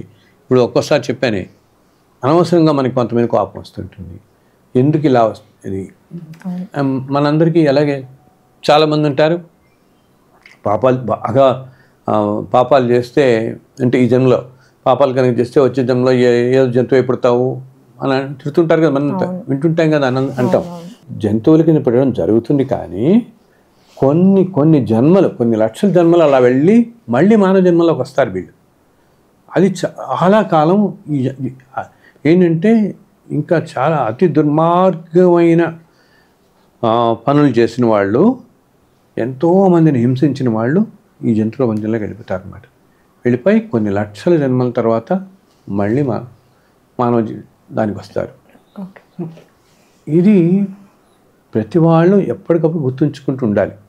ఇప్పుడు ఏంటి, మనకున్న జ్ఞానం కానీ, మన మంచి ఆలోచనలు కానీ, లేకపోతే మనం చేస్తే మంచి పనులకు మనకు వస్తున్న మంచి బుద్ధి కానీ, మనకు ఒక మంచి ఏమంటాం మంచి భార్య, మంచి భర్త, పిల్లలు ఇవన్నీ వచ్చారంటే ఇది ఎంతో పుణ్యం చేసుకున్నాం మనం ఇంతకుముందు జన్మలో. ధర్మంగా ఇదే పుణ్యం, ఇదే ధర్మం నిలుపుకుంటూ వెళ్ళాలి. ఇప్పుడు కూడా నిలుపుకుంటూ వెళితే ముందు కూడా మంచి మంచి జన్మలు వస్తాయి. అండ్ ఒకసారి మనం సోల్కి గట్టిగా పట్టుకుందనుకో, మంచిగా ఉండాలి, ధర్మంగా ఉండాలి అని పట్టుకుంటే ముందు జన్మలో కూడా ఈ తప్పులు చేయకుండా ఉంటాం. అయితే అనిపిస్తాం మనం, ఎప్పుడు అనిపించేటప్పుడు అనిపిస్తూనే ఉంటాం కదా. ఇక ఒక జన్మ కాదు కదమ్మా, ఇన్ని కోట్ల జన్మలు కాబట్టి ఈ జన్మలో కొంచెం అనిపిస్తాం, వచ్చే జన్మలో కొంచెం అనిపిస్తాం. ఇంకా ముందుకు వెళుతున్న కొద్దీ ఏంటంటే మనకి జన్మలు తగ్గుతూ పోతాయి, ఈ కష్టాలు తగ్గుతూ పోతే మనం కూడా కొంచెం మంచి మార్గంలో వెళతాం, నలుగురికి మంచి చేయడానికి ప్రారంభిస్తాం అన్నమాట. మంచి పనులు చేయటం, మంచి చెప్పడం, నలుగురికి సమాజానికి కూడా ఉపయోగపడేలా పనులు చేయటం, ఇటువంటివన్నీ చేస్తాం మనం ముందు జన్మల్లో. వాటన్నిటికీ అతి సామాన్యులకు కూడా అర్థమయ్యేలాగా రాసిన పుస్తకం. రాశారు. దీంట్లో కొంతమంది గురించి రాశాను, వీళ్ళంతా ఎప్పుడు కలిసారు, ఎలా కలిసారు ఏంటి అని చెప్పేసి. దీంట్లో ఇంకొన్ని విశేషాలు రాశారు. ఏమంటే మీరు ఇప్పటి వరకు 20 జన్మలు ఎత్తారని, ఇది 20వ జన్మ, ఇంకా 4 జన్మలు ఉన్నాయి రాబోయేవి కదా. ఇప్పటి జన్మకి 4 జన్మల క్రితం మీరు హిమాలయాల్లో ఉన్నారని రాశారు. దీంట్లో ఈ బుక్లో ఏం రాశారు, మీరు ఉత్తరప్రదేశ్లో అక్కడ పుట్టినప్పుడు చిన్న పిల్లాడిలా బయట ఆడుకున్నప్పుడు ఒక సాధువు కనిపించారు. వారిని చూడగానే మీకు ఆ జన్మలో చేయాల్సినవన్నీ గుర్తుకు రావడము, వారితో హిమాలయాల్లో వరకు వెళ్ళడము, వారు హిమాలయాల్లో మిమ్మల్ని చేర్చి వారు మాయమైపోవడము. ఆ తర్వాత మీరు ఒక 8 సంవత్సరాలు నిద్రాహారం లేకుండా తపస్సు చేయడము. ఆ తర్వాత మీకు ఆ జన్మ ఒక పరమార్థం తెలుసుకోవడము, మీకు వచ్చిన జ్ఞానాన్ని ఎవరితో పంచుకోవాలి అని మీరు ఎదురు చూడడము. అలా ఈ 108 పీపుల్ మీ దగ్గరికి వస్తారని మీకు తెలిసింది. సో ఈ 108 మందికే మీరు ఆ జ్ఞానాన్ని షేర్ చేసుకున్నారు, వాళ్ళతో చెప్పారు. మీరు ఇంకో మాట రాశారు, ఇది నార్మల్ మనుషులు చూడలేరు కదా, ఇంకో డైమెన్షన్ లో ఉంటుంది. మరి ఈ 108 పీపుల్ ఇక్కడెక్కడో పుట్టి ఎన్నో కష్టాలు పడి ఇంకా జీవితంలో ఇంకా ఏదో ఉంది తెలుసుకోవడానికి అని అలా వస్తూ వస్తూ హిమాలయ వచ్చి వారు ఆశ్రమానికి రావడం జరిగింది కదా. సో వీళ్ళ గురించి చెప్పండి, 108 సోల్స్ గురించి. ఇన్ఫాక్ట్ ఇది ఈ క్వశ్చన్ నన్ను ఇంతకుముందు కూడా కొంతమంది అడిగారు, ఒకళ్ళు అడిగారు ఈ మధ్య మన వాళ్ళు. ఇప్పుడు ఈ 108 మందిలో నేను చాలా మంది గురించి చెప్పాను, 34 మంది పేర్లు రాశాను. ఇప్పటికే నన్ను ఆల్మోస్ట్ 90 మంది దాకా కలిసారు. ఇంకా 10 మంది కలవాలేమో, 17 మంది, 15 మంది, 16 మంది, ఆల్మోస్ట్ 92 మంది ఎంతమంది కలిసారు ఇప్పటికే నన్ను వీళ్ళందరూ. ఇది అప్పుడప్పుడు నన్ను అడుగుతుంటారు మన వాళ్ళందరూ అనమాట. అప్పుడు ఆశ్రమంలో ఉండి కొంతమంది వీళ్ళ దేవతలను దర్శించుకున్న వాళ్ళు కూడా ఉన్నారు, దర్శనం జరిగిన వాళ్ళు కూడా ఉండి, మరి ఇప్పుడు ఎందుకు సామాన్యులుగా ఉన్నారు కొంతమంది. సామాన్యులు ఇన్ ద సెన్స్ ఓకే ఏదో పెద్ద పెద్ద పెద్ద గ్రంథాలను కార్యాలను చేస్తున్న వాళ్ళు కాకుండా మామూలుగా ఉన్నవాళ్ళు ఉన్నారు కదా వీళ్ళలో అని అంటుంటారు అనమాట.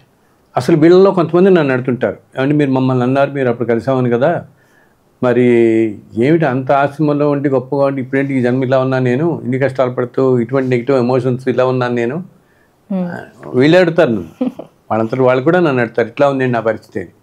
సో దీనికి ఏంటంటే ఇందాక నేను చెప్పాను చూస్తావు కదా, అందరూ కూడా ఇప్పుడు ఈ భూమి మీద ఉన్న జీవులన్నీ మన పురాణ కాలాల నుంచి కూడా, అందుకనే అంటుంటాను నేను, మహాభారత కాలంలో ఉన్న వాళ్ళు మన మధ్య ఉన్నారు.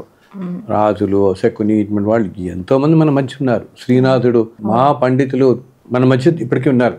కొంతమంది సామాన్య జీవితాలు గడుపుతున్న వాళ్ళు, రకరకాల జీవితాలు గడుపుతున్న వాళ్ళు, అప్పటి రాజులు కానీ చక్రవర్తులు కానీ ఏమి అండ్ ఆ యుద్ధంలో పాల్గొన్న వీరులు కానీ, ఇటు కురుపాండవుల సైడ్ ఉన్న పెద్ద పెద్ద మహాయోధులు కానీ, మంత్రుల కింద ఉన్న వాళ్ళు కానీ ఎంతోమంది మన మధ్య ఉన్నారు. అలాగే రామాయణ కాలం నాటి వాళ్ళు కూడా మన మధ్య ఉన్నారు.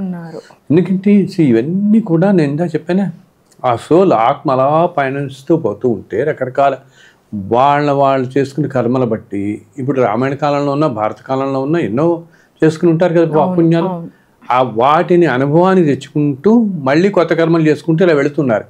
అయితే ఏమిటి, నువ్వు ఒక కృష్ణున్నో ఒక రామున్నో ఉండి భగవంతునే సాక్షాత్తు ఉన్న కొంతమంది గ్రహించాం, చాలామంది గ్రహించరు ఆ కాలంలో.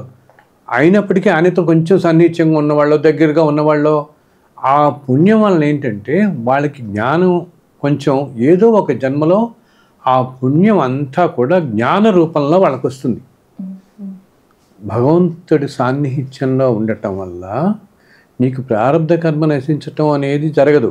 భగవంతు సాన్నిహిత్యంలో ఉన్నంత మాత్రమే నువ్వు చేసుకుని ప్రారంధ మనం అనుభవించాల్సిందే. ఇప్పుడు నువ్వు ఒక మహా పెద్ద ఆలయంలో అర్చకుడి కింద ఉన్నావు అనుకుందాం మనం, సాక్షాత్తు స్వయంభూవే వెలిసిన ఆలయంలో అర్చకుడిగా ఉండి కూడా నువ్వు ఉన్నాం కదా, నేను ఇంకా నాకు మోక్షమే అనుకోవడానికి లేదు నీకు. అది ఆయనతో సాన్నిహిత్యంగా ఉండటం ఏంటి, నువ్వు చేసుకున్న పుణ్యఫలం వల్ల నువ్వు సాన్నిహిత్యంగా ఉన్నావు, కానీ మళ్ళీ నెక్స్ట్ జన్మలో ఎక్కడికో వెళ్ళిపోతాం మళ్ళీ మనం ఈ జన్మకి మాత్రమే ఇది అని. సో ఇవన్నీ కూడా అన్ని జన్మల్లోనూ ఉండేవాళ్ళు ఎక్కడో ఉంటారు ఏంటి, తర్వాత జన్మల్లో కూడా ఉత్తమ జన్మల్లోనే ప్రయాణం చేసేవాళ్ళు. సో వీళ్ళు భగవంతుడికి అతి సాన్నిహిత్యంగా ఉన్నవాళ్ళు. ఆ రాముడు కృష్ణుడనే కాదు, ఎంతో మందితో భగవద్ అంశతో జన్మించిన వాళ్ళు కూడా ఉన్నారు. ఇప్పుడు హనుమంతుని చూసిన వాళ్ళు ఉంటారు చాలామంది. రామాయణ కాలంలో హనుమంతుని చూసిన వాళ్ళు ఉంటారు, తర్వాత కాలంలో చూసిన వాళ్ళు ఉంటారు. సో అటువంటి వాళ్ళు అంటే ఆ సాన్నిధ్యంలో పుణ్యం సంపాదించుకుని వల్ల వాళ్ళు ఆ సాన్నిధ్యంలో ఉన్నప్పుడు వాళ్ళు ఎట్లా ఉన్నారు, వాళ్ళు ఏ వృత్తుల్లో ఉన్నారు, వాళ్ళు ఏ జీవన విధానంలో ఉన్నారు. అప్పుడు కూడా ఇప్పుడు కొంతమంది కృష్ణుని కలిసిన వాళ్ళలో నేను చూస్తుంటాను. ఇప్పుడు ఆయన 125 సంవత్సరాల పాటు ఉన్నాడు శ్రీకృష్ణుడు. ఉన్నప్పుడు ఎంతోమంది ఆయన దర్శించిన వాళ్ళు, కలుసుకున్న వాళ్ళు, స్నేహితులుగా ఉన్నవాళ్ళు ఉన్నారు. గోపికలు చిన్నప్పుడు గోకులంలో బృందావనం ఉన్న వాళ్ళు ఉన్నారు. వాళ్ళలో అతి సన్నిహితంగా ఉన్న వాళ్ళు ఉన్నారు. అప్పుడు ఏంటి, వాళ్ళలో చాలామంది ఎంతో మహాయోగులుగా ఉండి ఆయన సాన్నిధ్యం కోరుకుంటాం. అదే కదా మనం వింటూ ఉంటాం. రామచంద్రుడిగా ఉన్నప్పుడు అంటే ఆయన అనుగ్రహిస్తాడు, కృష్ణ అవతారంలో మీరందరూ వస్తారని. అలా అనుగ్రహించిన వాళ్ళు కాకుండా ఎంతో పుణ్యం చేసుకోవటం వల్ల ఆయన సాన్నిధ్యం తెచ్చుకున్న వాళ్ళు ఉన్నారు. గోపికలే కాకుండా మామూలుగా కూడా ఎంతో మంది ఉన్నవాళ్ళు, గోకులంలో ఉన్నవాళ్ళు కానీ, పిల్లలు కానీ, కొంతమంది యాదవులుగా పుట్టిన వాళ్ళు, వీళ్ళందరూ ఆయనతో పాటు ఉన్నవాళ్ళు. ఇంత ఉన్నప్పుడు ఆయన మొదలుకెళ్తున్నా, పాండవులు కలుస్తున్నా, రోజు ఇన్ని సంవత్సరాలు కదా ఆయన జీవితం. ఆ జీవితంలో ఎన్నోసార్లు కలిసిన వాళ్ళు, సాన్నిధ్యంగా ఉన్నవాళ్ళు, ఎంతో మంచి సంస్కారంతో ఉన్నవాళ్ళు, ఎంతో చదువుకున్న వాళ్ళు ఉన్నారు ఆయనతో పాటు. సో వాళ్ళు ఏంటంటే భగవంతుడి దగ్గరే ఉండి అండ్ ఎంతో సాన్నిధ్యంగా ఉండి, అది కూడా ఎంతో సంస్కారంగా ఉండి ఉండటం వల్ల తర్వాత జన్మల్లో వాళ్ళకి ఒక జన్మలో అదంతా జ్ఞానం రూపంలో వచ్చి వాళ్ళకి ఒక మహానుభావులను ఆశ్రయించడము, వాళ్ళంతటా వాళ్ళకే ఒక ఏంటి ఏదైనా మంచి ప్రవచనకర్తలు కావటము. వాళ్ళకి ఏంటంటే నీకు అంత పుణ్యం వచ్చినప్పుడు, భగవంతుని ఆశ్రయించి భగవంతుడి దగ్గరగా ఉన్నప్పుడు అంత పుణ్యం వచ్చినప్పుడు ఏమవుతుంది, భగవంతుడి సమీపంలోనే నువ్వు గడపడం చేత ఈ వేదాలు శాస్త్రాలు మనంతటా మనం అధ్యయనం చేయకుండా ఒక జీవిత కాలంలో అధ్యయనం చేయలేనివి కూడా పూర్తిగా మన మనసుకు వచ్చేస్తాయి మొత్తం. అర్థమైందా? చదవకుండానే మొత్తం చదవడానికి ఒక జీవితకాలం సరిపోదు. అయినా అటువంటిది కేవలం ఆయన సామీప్యతతో, భగవంతుడికి సామీప్యంగా ఉండి ఆ కాలంలో నువ్వు ధర్మంగా ఉంటూ, మంచి వృత్తిలో ఉంటూ, భగవంతుడి సమీపంగా ఉంటూ ఆయన అనుగ్రహం ఎంతో మనం పొందిన వాళ్ళే ఉండేటప్పటికీ, భగవంతుడు అంటే ఏంటి, అసలు వేదాలని భగవంతుడి రూపమే కదా. ఆ భగవంతు రూపానికే మనం దగ్గరగా ఉండటంతో ఆ వేదాల సారం అంతా మనకి ఎక్కుతుంది. కానీ వాళ్ళు ఏంటి, ఆ జన్మలో అలా ఉన్నప్పటికీ అంత ముందు జన్మల్లో పాపుణ్యాలని చేస్తూనే ఉంటారు కదా. పుణ్యఫలంగా నువ్వు భగవంతుడి దగ్గరికి ఉన్నావు. సో ఆ భగవంతుడి అవతారం అయిపోయిన తర్వాత నువ్వు మళ్ళీ నీ ట్రావెల్లోకి మనం వెళ్ళిపడి ఇంతకుముందు కాల్పన జన్మలో చేసిన పాపుణ్యాలన్నీ అనిపిస్తూ పోతున్నప్పుడు నువ్వు ఆ భగవంతుడి దగ్గర పుణ్యఫలంతో ఉన్నావు కాబట్టి నువ్వు కొంచెం వేదసారం అంతా తెలుసుకోవటమో, జ్ఞానం నీకు కలిగో నీ సోలికి, ఆ జ్ఞానం అనుభవానికి వచ్చేటప్పుడు ఒక మంచి సద్గురు దగ్గరికి వెళ్ళటము, ఈ హిమాలయ ఆశ్రమాలు, లేకపోతే వారే ఒక సద్గురువుగా మారటము, వారు కూడా ఎంతో జ్ఞానం, బికాజ్ ఆ జ్ఞానం అంతా ఒక జన్మలో వస్తుంది, ఒక జన్మలో అనుభవానికి వస్తుంది అంట నేను. అంటే గుర్తుకి వస్తుంది, జ్ఞప్తికి వస్తుంది వాళ్ళకంతా కూడా. ఒక్కసారిగా ఏంటంటే కొంతమంది నేను చూస్తాను చూడు, చిన్నప్పటి నుంచి వాళ్ళు వేదాలలో చదివేస్తుంటారు, ఒక 10 సంవత్సరాలది 6 నెలల్లో నేర్చేసుకుంటారు. బికాస్ ఆ జ్ఞానం అంతా వాళ్ళకి ఈ జన్మలో అంతా కూడా అనుభవానికి వస్తుంది అదంతా కూడా. సో వాళ్ళు ఎంతో మహానుభావులుగా మనం కీర్తిస్తూ ఉంటాం. సో వీళ్ళు ఇందాక ఇప్పుడు 108 అన్నావే, ఈ 108 మంది వాళ్ళు అలాగ ఆ జ్ఞానం అంతా కూడా అప్పుడు అనుభవించిన వాళ్ళు. ఈ 108 మందే కాదు, ఒక మహావతార్ బాబాజీ దగ్గర శిష్యులుగా ఉన్నవారు, ఎంతో మహానుభావుల దగ్గర శిష్యులుగా ఉన్నవారు, గోస్వామీల దగ్గర ఉన్నవాళ్ళు, గోస్వామీలుగా జన్మించిన వాళ్ళు ఆయన దగ్గర శిష్యులుగా ఉన్నవారు, ఒక పురంధరదాస్ దగ్గర, అన్నమయ్య దగ్గర సాన్నిధ్యంగా ఉన్నవాళ్ళు, ఆర్ మహాకీర్తనలు రాసిన వాళ్ళు, మన పైన తరాల్లో ఎంతోమందిని చూస్తాం కదా, ఎంతమంది భగవంతుడి భక్తులు ఉన్నవాళ్ళు. మనం వీళ్ళందరూ ఏంటంటే ఇంతంత పుణ్యఫలం చేసుకోవటం వల్ల, భగవంతు సాన్నిధ్యంలోనే ఉండటం వల్ల, అది కూడా ఎక్కడి నుంచో కృత త్రేత ద్వాపర యుగాలలో కూడా, ఆ యుగాలలో రకరకాల దేవతల దగ్గర సాన్నిధ్యంగా గడిపడంతో అది ఒక్కసారిగా ఒక విభూతిలాగా వస్తుంది. ఆ వైభవం అంతా ఒక జన్మలో వస్తుంది వాడికి. ఇప్పుడు ఆ వైభవంకి వచ్చిన వాళ్ళుని ఉన్నారు. సో వీళ్ళందరూ ఏమిటి, ఈ 108 మంది నీకు ఆ కాలంలో ఆ టైంలో వాళ్ళకి ఆ జన్మలో వచ్చింది. ఆ జన్మలో వచ్చింది. సో వాళ్ళు అందుకని వాళ్ళు ఎక్కడెక్కడో వేరే ప్రదేశాల్లో పుట్టింటారు. ఎందుకు పుట్టారు? సో వాళ్ళు ఏ కర్మలు అనుభవించాలో ఏ పూర్వజన్మలంతో వాళ్ళు ఎక్కడో పుట్టినప్పటికీ ఆ 100 మంది రకరకాల ప్రదేశాల నుంచి వచ్చి అక్కడ చేరుతారు. వచ్చి ఎందుకు? ఆ జన్మలో ఆ జ్ఞానం వాళ్ళు అనుభవిస్తున్నారు. ఆ జ్ఞానం అంతా అయితే ఆ జ్ఞానం అనుభవించిందంతా ఫలం అక్కడితో అయిపోతుంది. అయితే మన మనస్సు భగవంతుడు మనకి మంచి విచక్షణ జ్ఞానం అన్ని ఇస్తాడు కదా. అయినా నీకు ఇంత జ్ఞానం ఇచ్చి ఇంత ఇచ్చినప్పుడు నీకు దాన్ని మనం మంచి మార్గంలో పెట్టుకుని బాగా గ్రహించి ఆ టైంలో ఏంటనమాట, ఇంత జ్ఞానం సంపాదించుకుని ఇంత మహాపురుషుల దగ్గర మనం ఉన్నాము అని చెప్పి మనం గ్రహించి అదే మార్గంలో కనుక గట్టిగా పట్టుకుని ఉంటే ఆ తర్వాత జన్మల్లో ఏమవుతాం, మళ్ళీ ప్రారంభ కర్మ అనుభవిస్తూ ఏదో నార్మల్ లైఫ్లోకి వస్తాం. వచ్చినా కూడా మన సోల్కి ఏంటంటే ఆ జ్ఞానం వైపు దృష్టి పోతుంది. మళ్ళీ ఈ జ్ఞానం నేర్చుకోవాలి, ఇదేమిటో సంపాదించాలి, ఇది తెలుసుకోవాలి, ఇది తెలుసు అని దాని మీదకే మనసు పోతుంది, దాని మీదకే దృష్టి పోతుంది, మన మనసు పోతుంది. అదేంటి, అలా కొన్ని జన్మల్లో చేసుకుంటూ వెళితే ఇంకా స్ట్రాంగ్ అవుతాం అన్నమాట, ఇంకా జ్ఞానం సంపాదించుకునే వాళ్ళు అవుతాం. సో అలా కాకుండా ఆ టైంలో అది అనుభవించేసి మామూలుగా ఉన్నాం అనుకో, తర్వాత జన్మలు ఏమవుతాయేమో. ఇప్పుడు నెక్స్ట్ జన్మలు అన్నీ కూడా, ఇప్పుడు ఈ మధ్యలో జన్మలు కూడా ఏగే వీళ్ళకి. ఇప్పుడు ఆ 108 మందిలో నేను చూస్తున్నాను, కొంతమంది చాలా తప్పులు చేస్తున్న వాళ్ళు, చాలా కోపంగా ఉండేవాళ్ళు, వీళ్ళని చూస్తుంటే వాళ్ళతో ఉంటాను అనమాట. వాళ్ళు ఇదే అంటే చెప్తాను, ఆయన మీరు చేసుకున్న పుణ్యఫలం అంతా ఆ జన్మలో మీకు అనుభవానికి వచ్చింది, ఇప్పుడు మళ్ళీ మామూలు మార్గంలోకి వెళ్ళారు మీరు. అందుకని ఇప్పుడు గ్రహించి మీరు మంచి మార్గం అలవాటు చేసుకోండి అండ్ జ్ఞానం మీద దృష్టి పెట్టండి, సంకల్పం చేసుకోండి. అసలు ఆ పుణ్యఫలం ఎందుకు వచ్చినప్పుడు వాళ్ళకి సాక్షాత్తు భగవంతుడి దగ్గరే ఉండటం వల్లనే కదా. ఇప్పుడు కాలంలో కూడా భగవంతుడితో సమానమైన వాళ్ళు ఎవరైనా ఉంటే వాళ్ళని పట్టుకోండి, మీరు వాళ్ళని ఆశ్రయించండి, ఆ మార్గంలో వాళ్ళు చెప్పిన మార్గంలో నడవండి. అది కూడా ఏంటి, మన మనస్సు వీళ్ళలో నేను కొంతమంది చెప్పాను నా దగ్గరికి, ఈ 108 మందిలో నువ్వు అడిగినట్టే అడిగారు నన్ను ఒక 4-5 కొంతమంది ఏంటి, ఎందుకంటే ఈ జన్మలో వాళ్ళు చాలా తప్పులు చేస్తున్న వాళ్ళని నేను చూస్తాను, ఎన్నో తప్పులు చేసేసిన వాళ్ళని చూస్తున్నాను. ఏంటి వాళ్ళకి మళ్ళీ వాళ్ళ చుట్టూతా ఎంతోమంది దగ్గరికి వెళ్తారు, అడ్వైజులు తీసుకుంటారు అన్నీ, మళ్ళీ they ten to day mistake only next day మళ్ళీ మిస్టేక్ చేస్తారు, మళ్ళీ దీంట్లో పడుతుంటారు. ఎందుకు? ఈ పూర్వజన్మల కర్మలు అనేది అలా తోసుకొస్తాయి. ఈ కలియుగంలో ప్రస్తుతం మనుషులు మాయ ఎలా కప్పేస్తుందంటే అమ్మా, ఎంతో ధర్మాత్ములు ఎంతో విజ్ఞుల్నే కప్పేస్తుంది. ఇంకా మామూలు వాళ్ళ మాట ఏంటి, వీళ్ళు ఇంత ముందు జన్మలో చేసుకున్న పుణ్యఫలాన్ని కనుక వీళ్ళలో కొంతమంది పట్టుకుని అతి సామాన్య కుటుంబంలో జన్మించినప్పటికీ ఎంతో గొప్ప సంస్కారంతో ఉంటున్నారు. వీళ్ళు సంస్కారంతో ఉండి నేను జ్ఞానం సంపాదించుకోలేకపోయాను అంటే, జ్ఞానం అంటే వాళ్ళు ఏమనుకుంటారు, వేదాలు చదువుకోలేదు, శాస్త్రం చదువుకోలేదు, కానీ వాటి అన్నిటి సారం ఏమిటి, అదే ధర్మమే వాటి సారం కదా. ఆ ధర్మాన్ని వీళ్ళు ఆచరిస్తున్నారు. ఇప్పుడు ఇలా వచ్చిన వాళ్ళలో మేము తిరుపతిలో ఒకతను నరసింహ అని ఉంటాడు మాకు. అతని తిరుపతిలో ఎంతోమంది వెళ్ళినప్పుడు డ్రైవర్ల కింద తిరుపతిలో తెల్లారేస్తే 1,00,000 మంది వస్తూ వెళుతుంటారు కాబట్టి కొన్ని వేల మంది కార్లు నడుపుకునే వాళ్ళు ఉంటారు. అలా మాకు 20 సంవత్సరాల క్రితం ఒకసారి మేము ఎప్పుడో వెళ్ళినప్పుడు ఏదో మనం క్యాబ్ బుక్ చేసుకుంటాం, ఐ మీన్ క్యాబ్ బుక్ చేయడం అంటానంటే ఇప్పుడు కాలం మాటలాగా మనం కారు తీసుకుంటాం కదా. సో కొండమీద కారులో వెళ్ళాం మేము. వెళ్ళినప్పుడు 2 రోజులు మాతో పాటు ఉన్నాడు ఒకతను, నరసింహ అతని పేరు అనమాట. సో తర్వాత మళ్ళీ వచ్చేసాం. మళ్ళీ మధ్యలో 3-4 ఏళ్ళు అప్పటికి ఇంక ఈ మొబైల్స్ ఇవన్నీ లేవు కదా.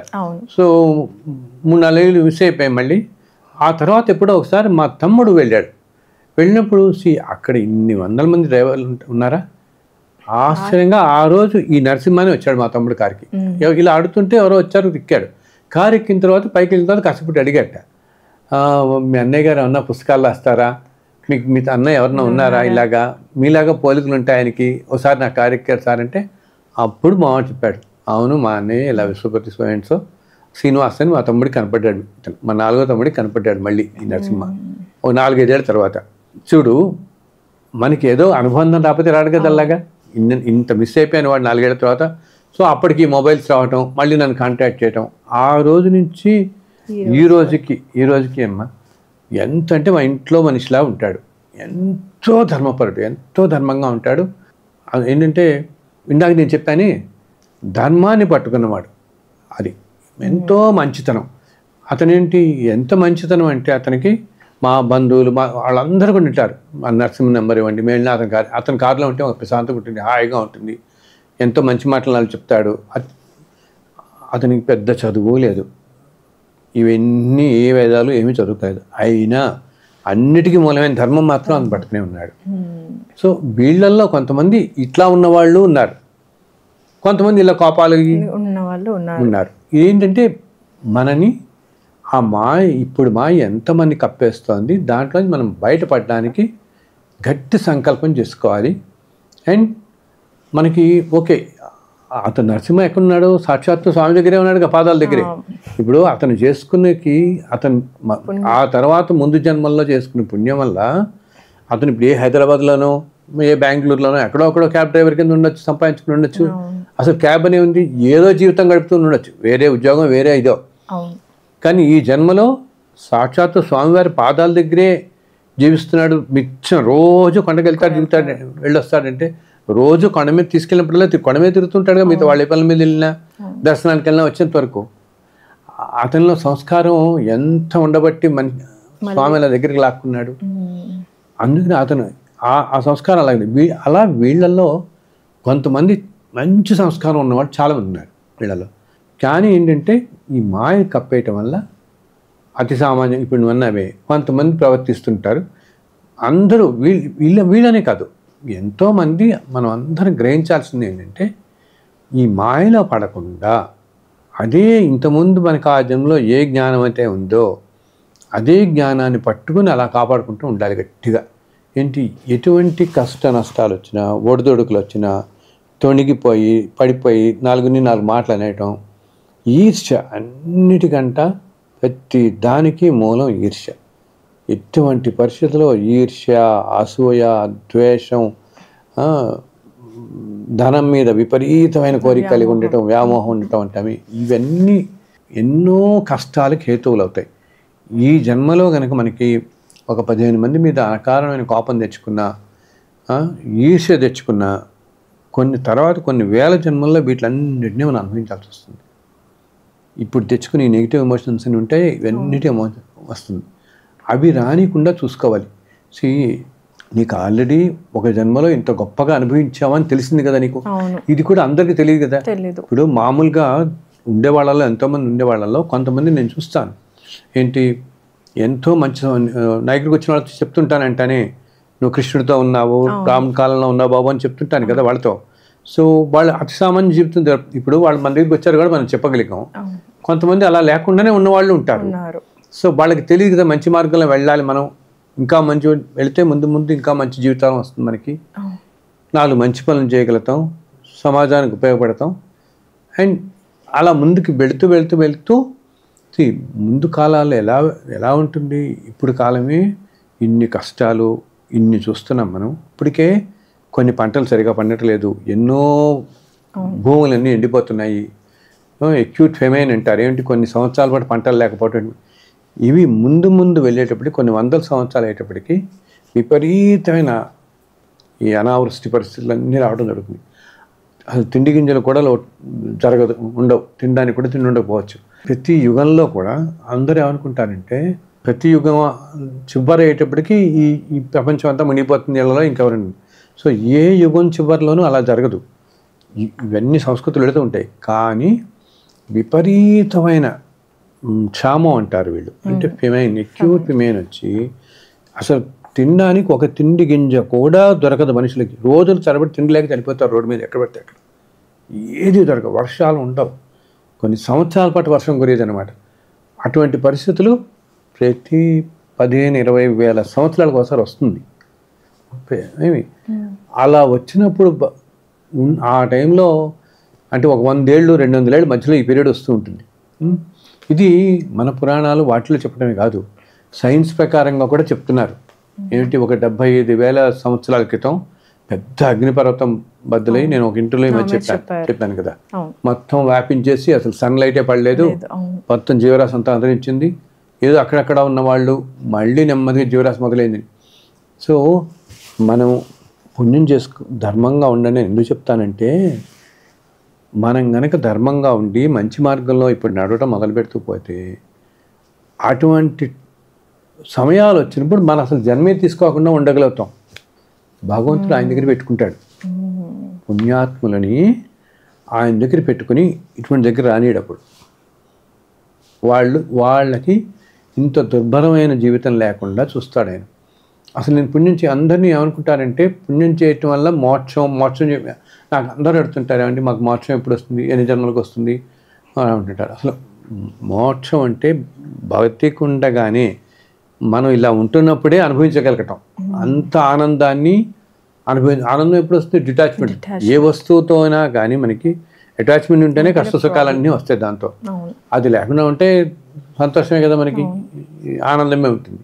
అండ్ ఆనందం ఎక్కువైందనుకో డిటాచ్మెంట్, నిర్లిప్తత కూడా వస్తుంది. ఇంకా ఏంటి, నిశ్చల స్థితి అంటాం, అన్ని స్టిల్నెస్. ఓకే, ఆ నిశ్చల స్థితికి వెళ్ళిపోతాం ఆనందం ఎక్కువైపోతే. ఏది పట్టదు. ఇది ఆనందం అన్నది కూడా పట్టదు అనమాట మనకి. భగవంతుడితో ఏకమైపు స్థితికి వెళ్తాం. సో మంచి పనులు చేయమని చెప్పేది అందరికీ. ఇప్పుడు మనం ఏంటంటే కారణం ముఖ్యంగా ఇలా ధర్మ మార్గంలో ఉంటూ మంచి పనులు చేస్తూ ఉండే వాళ్ళకి జన్మలు తగ్గుతూ పోతుంటే జన్మకి మధ్యన ఇప్పుడు మన మంచి రోజు ఉన్న వాళ్ళలో కూడా ఎంతో జ్ఞానం ఉన్నవాళ్ళు, ఎంతో ఉన్నతంగా ఉన్నవాళ్ళు, వాళ్ళకి ఏంటంటే భగవంతుడు జన్మకి మధ్య ఆయన దగ్గరే ఉంచుకుంటాడు కొన్నాళ్ళ పాటు. తర్వాత మళ్ళీ 400 సంవత్సరాలకు ఎప్పటికో వస్తారు.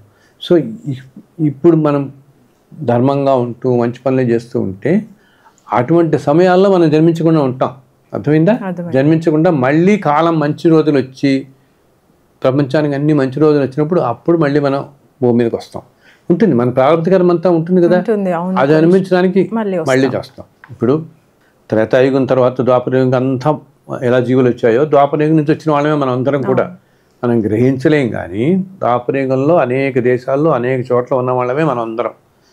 ఇప్పుడు ఎలా వచ్చామో ఇలా నడుస్తూ పోతూ మళ్ళీ వచ్చే కృతయుగంలో కూడా మళ్ళీ జన్మిస్తాం, అన్ని యుగాల్లోనే జన్మిస్తూ పోతాం. సో ఇట్లా ఉన్నప్పుడు మంచి పనులు చేస్తే ఆ టైంలో అటువంటి నరకం మనం చూడకుండా ఉంటాం. ఇప్పుడు అధికారములు తిండే లేకుండా ఏంటిట తిండి గింజల కోసం మనుషులు పాకుతూ వెళ్తారు నేల మీద.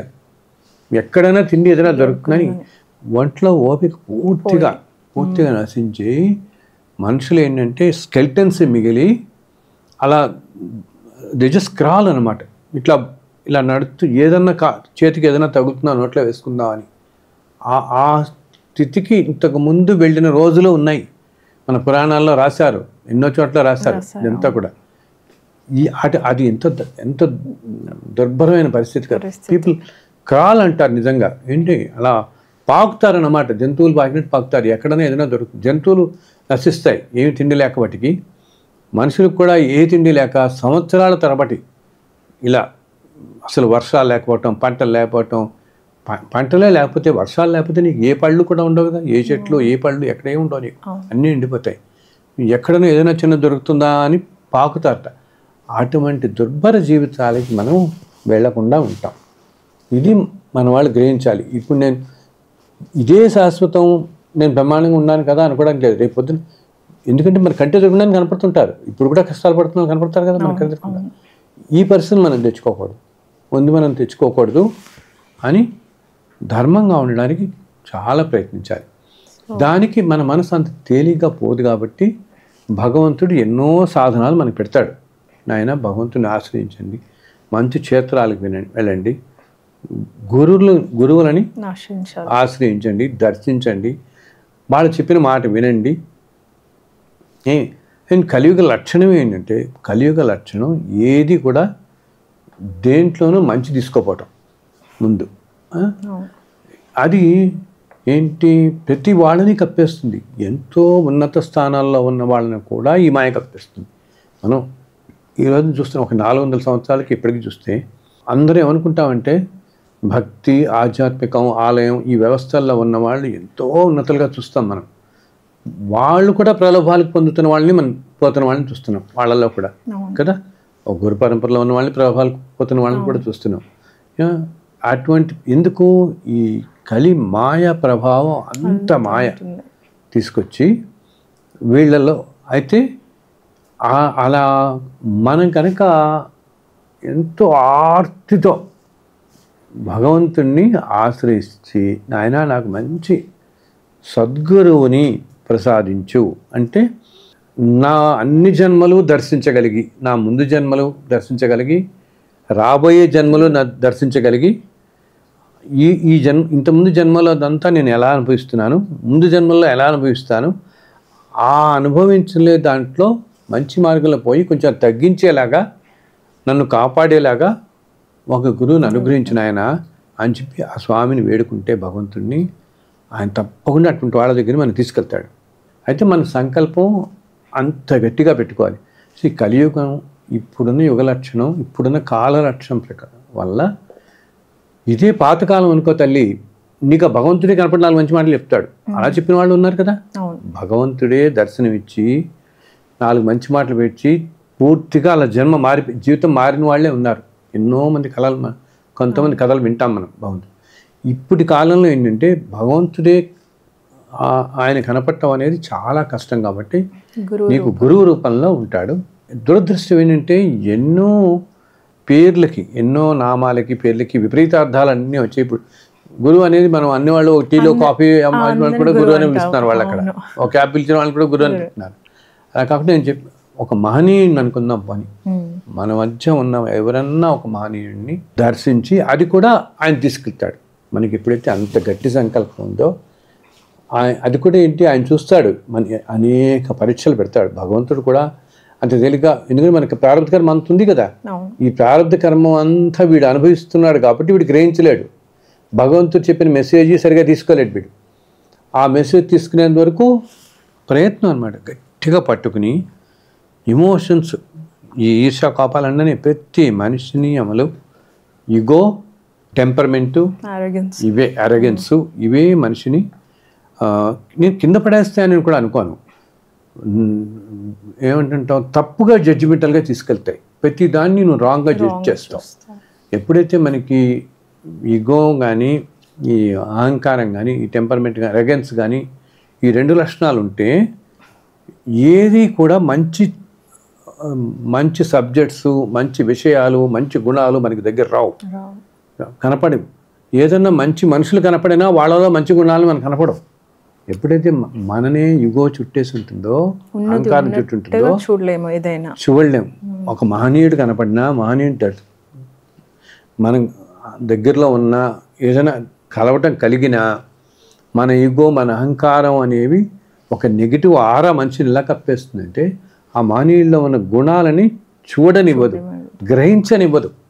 మన మనస్సు ఉందే అది గ్రహించనివ్వదు. అదే కాకుండా సింపుల్ ప్యూరిటీ ఆఫ్ మైండ్ అని పెట్టుకున్నారు అనుకో, అందులో నువ్వు ఒక్కొక్కసారి చూడు, ఇప్పుడు కాలంలో అయినా నువ్వు పాతకాలంలో మహావతార్ బాబాజీ అనుకుందాం పని. ఇప్పుడు కాలం వాళ్ళు అంటే ఎప్పుడు కూడా చెప్పాను కదా, ఈ కాలంలో వాళ్ళు ఎవరైనా కోట్ చేస్తే నమ్మరు ఎవరు. అది కాలం. పాతకాలం అయితే నమ్ముతారు. 200 సంవత్సరాలు మహానుభావుడు ఉండేవారు, వాడి దగ్గర ఇటువంటి ఇలా ఉన్నారు అంటే ఈ కాలంలో నువ్వు ఎవరినైనా కోట్ చేస్తే, బికాస్ మనకి మిగతా ఫ్యాక్టర్స్ అన్నీ మన ఇన్ఫ్లుయెన్స్ చేస్తాయి. అండ్ అసలు కాల లక్షణమే అది. కాల లక్షణమే ఎంతటి మహాత్ములనైనా కూడా ఒక వక్రబుద్ధి వైపే తీసుకెళ్ళిపోతుంది. మనస్సుని అటే పట్టుకుపోతుంది, కానీ సత్యం గ్రహించనీయకుండా చేస్తుంది ఈ కాలం, ప్రస్తుత కాలం. అందుకని ఇన్ని వైపరీత్యాలు చూస్తున్నాం. తెల్లారిస్తే ఇన్ని యాక్సిడెంట్స్లు, ఇన్ని గందరగోళాలు, వివాహ వ్యవస్థ అంతా దారుణం అయిపోయింది, విద్యా వ్యవస్థ దారుణం అయిపోయింది, టెక్నాలజీ అనేది ఎంత దారుణం స్థితికి వెళ్ళిపోతుందో చూస్తున్నాం. కొన్ని పెళ్ళిళ్ళల్లో 3D ఇమేజెస్ పెట్టి ఎంతో కాలం పాతకాలంలో వెళ్ళిపోయిన వాళ్ళందరినీ తీసుకొచ్చి మన మధ్య మాట్లాడాలి చూపిస్తున్నారు.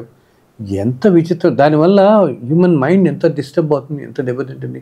ఇప్పుడు వచ్చేసింది, వల్ల ఇమేజెస్ అన్నీ తీసుకొచ్చి చేస్తుంటే మన బ్రెయిన్ ఎంత ఎఫెక్ట్ అవుతుంది. మనుషులే కదా మనమంతా ఎఫెక్ట్ అవుతాం. ఈ తరం వాళ్ళు ఎఫెక్ట్ అవుతుంది, వచ్చే తరాల వాళ్ళు ఏమవుతారు, ఇంకా ఎంత ఎఫెక్ట్ అవుతారు. ఇవన్నీ కూడా కాల మహిమ ఇదనమాట. ఇప్పుడే ఇలా ఉంది కాలం. కాబట్టి వీటికి లోనవ్వకుండా ఉండాలంటే ఆ భగవంతుని ఆశ్రయించండి. అసలు గురువు అవసరం కూడా లేదు నీకు.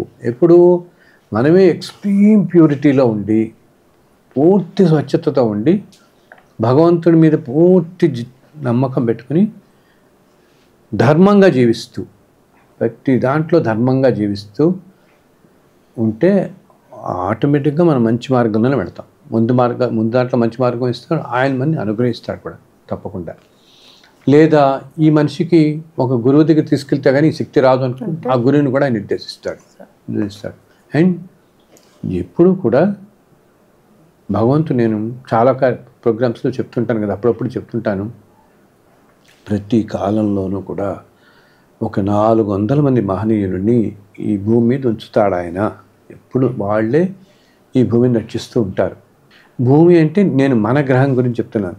మిగతా గ్రహాల్లో ఇంకా మహానుభావులు ఉన్నారు, అలా దేవతాంశల వాళ్ళు ఉన్నారు, దేవతలు ఉన్నారు, అన్నిటినీ రక్షిస్తున్న ఈ వ్యవస్థలు అన్నింటినీ రక్షిస్తున్న మహాపురుషులు చాలామంది ఉన్నారు. భూమి మీద జియోగ్రఫికల్గా రకరకాల ప్రదేశాల్లో ఉన్న వాళ్ళు కేవలం ఏంటంటే ఉండటం ద్వారా, ఫిజికల్ ప్రెజెన్స్ ద్వారా ఈ భూమిని రక్షిస్తున్న వాళ్ళు ఉన్నారు. అటువంటి వారి దగ్గరికి మనం ఎవరన్నా మన అదృష్టం కొద్దీ వెళ్ళగలిగి గ్రహించగలిగితే మనకేమవుతున్నప్పుడు వాళ్ళ ఆరోలో కూర్చున్నంత మాత్రానే మన ప్రారంభ కర్మ అంతా నశించిపోతుంది, ఇట్లా వెళ్ళిపోతుంది. అండ్ వచ్చే జన్మలు నెక్స్ట్ ఏమవుతుంది, మనకి వచ్చే జన్మ ఈ ప్రారంభ కర్మ ఎప్పుడైతే నశించిందో వచ్చే అన్ని మంచి జన్మలు వస్తాయి. మంచి జన్మలు అంటే మంచి జన్మల్లో మంచి ఆలోచనలు వస్తాయి ఆ జన్మల్లో. అంతేనా? మామూలుగా పుట్టిన మంచి జన్మ అంటే మంచి ఆలోచనలు కూడా కలగటం, మంచి ధర్మపదంలో జీవించటం. అంతేకాకుండా నువ్వు గనక అటువంటి మహనీయుని ఏమాత్రం టాలరెన్స్ లేకుండా గ్రహించగలిగేంత స్థితికి నువ్వు వెళితే ఆ మహనీయుడు నిన్ను ఎలా అనుగ్రహిస్తాడంటే, ఆయన చెప్పడు కూడా నీకు, నేను నిన్ను అనుగ్రహించాను, నీకేదో ఈ శక్తి ఇచ్చాను, అవన్నీ కూడా ఏం చెప్పడు. అసలు ఎంత అనుగ్రహించగలడంటే తల్లి, నీకు తర్వాత ఒక 2000 సంవత్సరాల జన్మ కూడా లేకుండా నీకు చేయగలుగుతాను. ఒక 2-3 వేల సంవత్సరాలు ఈ కష్టాలు నువ్వు ఇప్పుడు మన వాళ్ళు అందరూ అంటుంటారు, కొంతమంది అంటుంటారు, చూడు ఏమిటి ఇంత దుర్మార్గాలు చూడడానికైనా మేము పుట్టున్నాం, ఈ కాలంలో పుట్టామేమిటి, వింటుంటామే మనం, ఈ కాలంలో పుట్టామేమిటని మనం ఇప్పుడు వింటున్నామే, ఇంక ముందు కాలాలు ఎలా ఉండబోతున్నాయి, ఈ పిల్లలు వచ్చేటప్పటికి ఇంకో 50-60 సంవత్సరాలకి ఎటువంటి పరిస్థితులకు వెళ్తున్నాయి. ఇప్పుడు ఇంటర్నెట్ టెక్నాలజీ, ఎప్పుడు టెక్నాలజీలు అవన్నీ ఎక్కువ అవుతున్న కొద్దీ దాంతోపాటు ఉండే ప్రాబ్లమ్స్ అన్నీ వస్తూనే ఉంటాయి మనుషులకి. అడల్టరేషను, మనం ఎప్పుడు వినని వ్యాధులు అన్నీ. ఇప్పుడు థైరాయిడ్ అనేది ఎక్కడ విన్నాం, 20 ఏళ్ల క్రితం థైరాయిడ్ ఎవరికి ఉండేది, ఎక్కడ ఉండేది, ఎంత కామన్ అయిపోయింది. ఆటిజం ఎంత కామన్ అయిపోయింది. ఇంతకుముందు ఏదో వేరే చోట్ల దేశాల్లో అనుకున్నాం, ఇప్పుడు మన దేశంలో కూడా చూస్తున్నాం. అన్నీ ఇవన్నీ ముందు ఎలా వెళ్ళబోతోంది. సో అటువంటి కాలాలలో మనం జన్మించకుండా ఈ మహనీయులు చేయగలరు. ఏమొక పెద్ద కష్టం కాదు. మనం కూర్చుని ఏదో నేను వీళ్ళెవరికి చెప్పను, నేను 50 రోజుల పాటు యజ్ఞం చేయండి, ఒక 6 నెలల పాటు తపస్సు చేయండి, లేకపోతే మౌనవ్రతం చేయండి, సంవత్సరం పాటు మీరు మౌనవ్రతంలో ఉండాలి, అప్పుడే మీకు ఇటువంటి వాళ్ళు లభిస్తారు. ఏమీ అక్కర్లేదు. కేవలం నువ్వు రెగ్యులర్ జీవితంలో ఉంటూ ధర్మంగా ఉండు. మళ్ళీ అందరంటే ధర్మం కానీ భయపడతారు. ధర్మం అంటే ఏం లేదు, పరుషంగా మాట్లాడకుండా ఉండటం, ఎటువంటి పరిస్థితుల్లోనూ ఈర్ష్య తెచ్చుకోవడం. ఎందుకంటే ప్రతి ఈర్ష్య అనేది మనిషిని ఏంటంటే అది కప్పేస్తుంది పూర్తిగా. ఈ సత్యం తెలుసుకునే కూడా చేస్తుంది. ఈర్ష్య, ఎమోషన్స్, రాగద్వేషాలు ఇవి పోగొట్టుకుంటావో అప్పుడు ఆ మహనీయుడు నిన్ను కరుణిస్తాడు. ఆ మహనీయుడు కరుణించినట్టు ఈ మహనీయులను కూడా సాక్షాత్ నేను ఇందాక ఏం చెప్పాను, భగవంతుడే పంపించిన వాళ్ళు. వీళ్ళల్లో కొంతమంది భగవత్ అంశతో వచ్చిన వాళ్ళు. ఈరోజు మనం అంటాం ఏంటి, పరమేశ్వరుడితో అంశతో, సుబ్రహ్మణ్యేశ్వర అంశతో వచ్చిన యోగుల గురించి మనం మాట్లాడతాం. ఓ 400 సంవత్సరాల క్రితం ఓ యోగి ఉండేవాడు తమిళనాడులో, సాక్షాత్ సుబ్రహ్మణ్యేశ్వర అంశతో వచ్చినవాడు ఆయన అని చెప్పేసి.